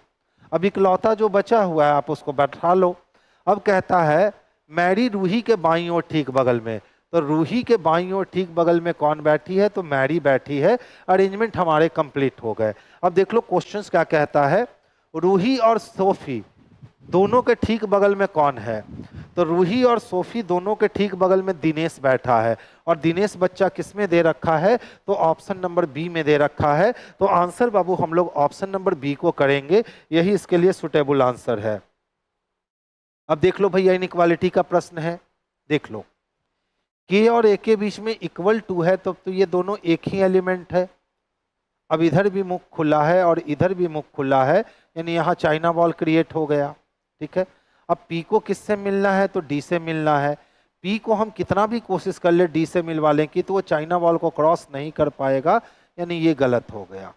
A को किससे मिलना है, Z से, तो A से Z तक जाने के लिए ग्रेटर और ग्रेटर में ग्रेटर स्ट्रांग होगा, नहीं ये भी गलत हो गया। Z को किससे मिलना है, E से, तो देखो Z चाह के भी E तक नहीं आ सकता क्योंकि इसको चाइना वॉल क्रॉस करना पड़ेगा, तो गलत हो गया। अब कहता है A ग्रेटर है E से, तो देख लो A से हमको कहां तक जाना है, E तक जाना है, तो देख लो ध्यान से, लेसर इक्वल लेसर और इक्वल में लेसर स्ट्रांग, यानी E लेसर होगा A से, E लेसर है A से, यानी ऑप्शन नंबर डी इसके लिए सबसे परफेक्ट और सबसे सुटेबल आंसर है। तो आंसर हम लोग ऑप्शन नंबर डी को कर लेंगे। नेक्स्ट क्वेश्चंस की ओर मूव कर रहा हूं। देखिए, NTPC group D LP technician के लिए ऑल ट्रेड आपके 2 सितंबर से बैच स्टार्ट हो चुके हैं। मात्र 299 रुपये फी है इसकी, और इसमें 4000 एमसीक्यू क्वेश्चंस आपके करवाए जाएंगे। तो जिन बच्चों को रिवीजन करना है उनके लिए ये बैच जो है ना एकदम परफेक्ट बैच है। अच्छा देखो, सलिका अपने घर से दक्षिण की ओर 15 किलोमीटर चली। अब कहता है वह अपने घर से किस दिशा में है, यानी घर से डिस्टेंस चाहिए। तो सलिका पहले कहां चली है, तो दक्षिण की ओर 15 मीटर चली है, चला दिया हमने। फिर वो पूरब की ओर मुड़ती है और 10 मीटर की दूरी तय करती है। ठीक है, फिर वो उत्तर की ओर मुड़ती है और 25 मीटर चलती है। ठीक है, अंत में वो पश्चिम की ओर मुड़कर के 15 मीटर चलती है।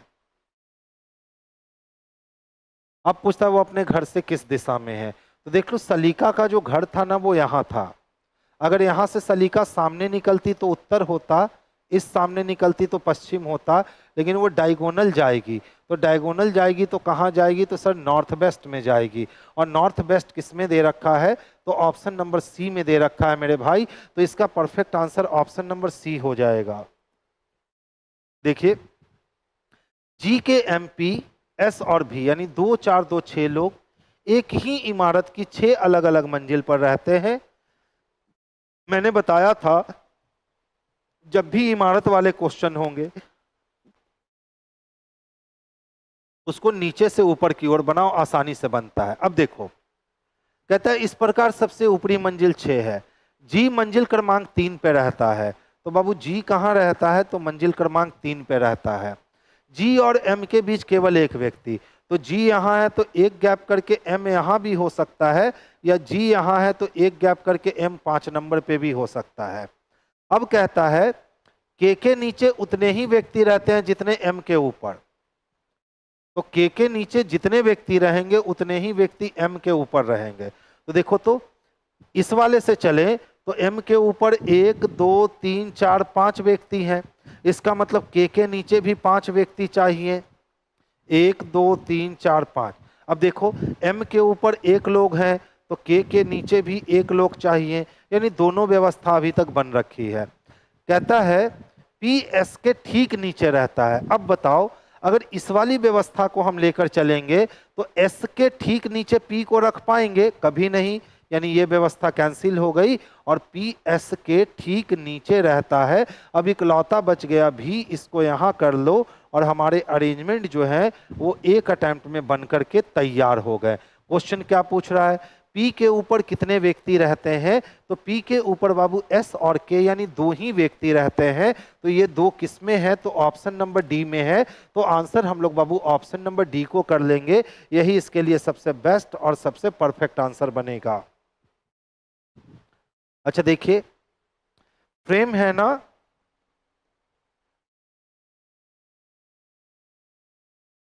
फ्रेम को क्या कहता है, एच पी सी के और जी कहता है।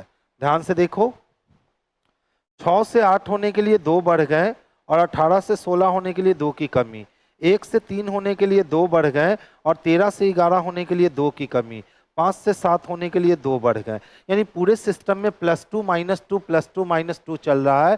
तो ब्रूम के लिए चाहिए, किसके लिए चाहिए, ब्रूम के लिए चाहिए। तो पहले +2 करोगे, फिर -2, फिर से +2 और फिर से -2 और फिर से +2 करोगे तो 2 2 4 हो गए, 4 का मतलब D। 18 में से 2 गए तो 16 हो गए, 15 और 2 17 हो गए, 15 में से 2 माइनस हुए तो 13 और 13 में 2 जोड़ दिया 15 हो गए। DPQMO चाहिए। DPQMO ऑप्शन नंबर सी में स्पष्टता दिख रहा है, तो आंसर बाबू हम लोग ऑप्शन नंबर सी को करेंगे। लास्ट क्वेश्चन था, तो चलिए आज की सभा हम लोग यही क्या करते हैं, बर्खास्त करते हैं।